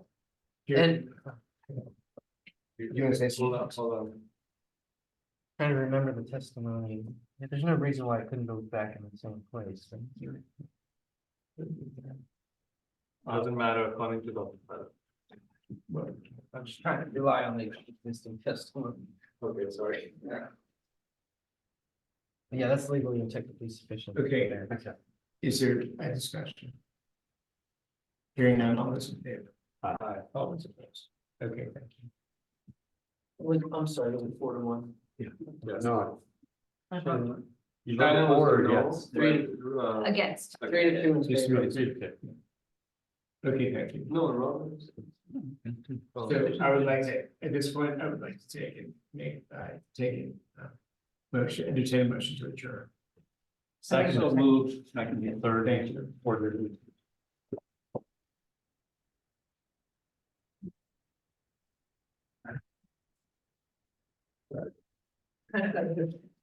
There's Canada over there.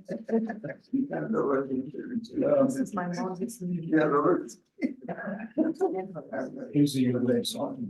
My longest. Laws, left and right. Have a good evening, my friend. Moving secondary and tertiary testing.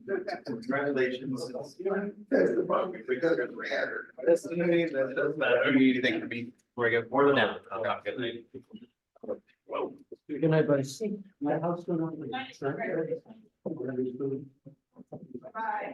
Yeah, well, go. Alex, Which one? Yeah. Ron's right, we need to change our code. How long to drive? We need to change it like next month. Oh, God. Yeah. It's easier said. I know it's easier said than done, but how do we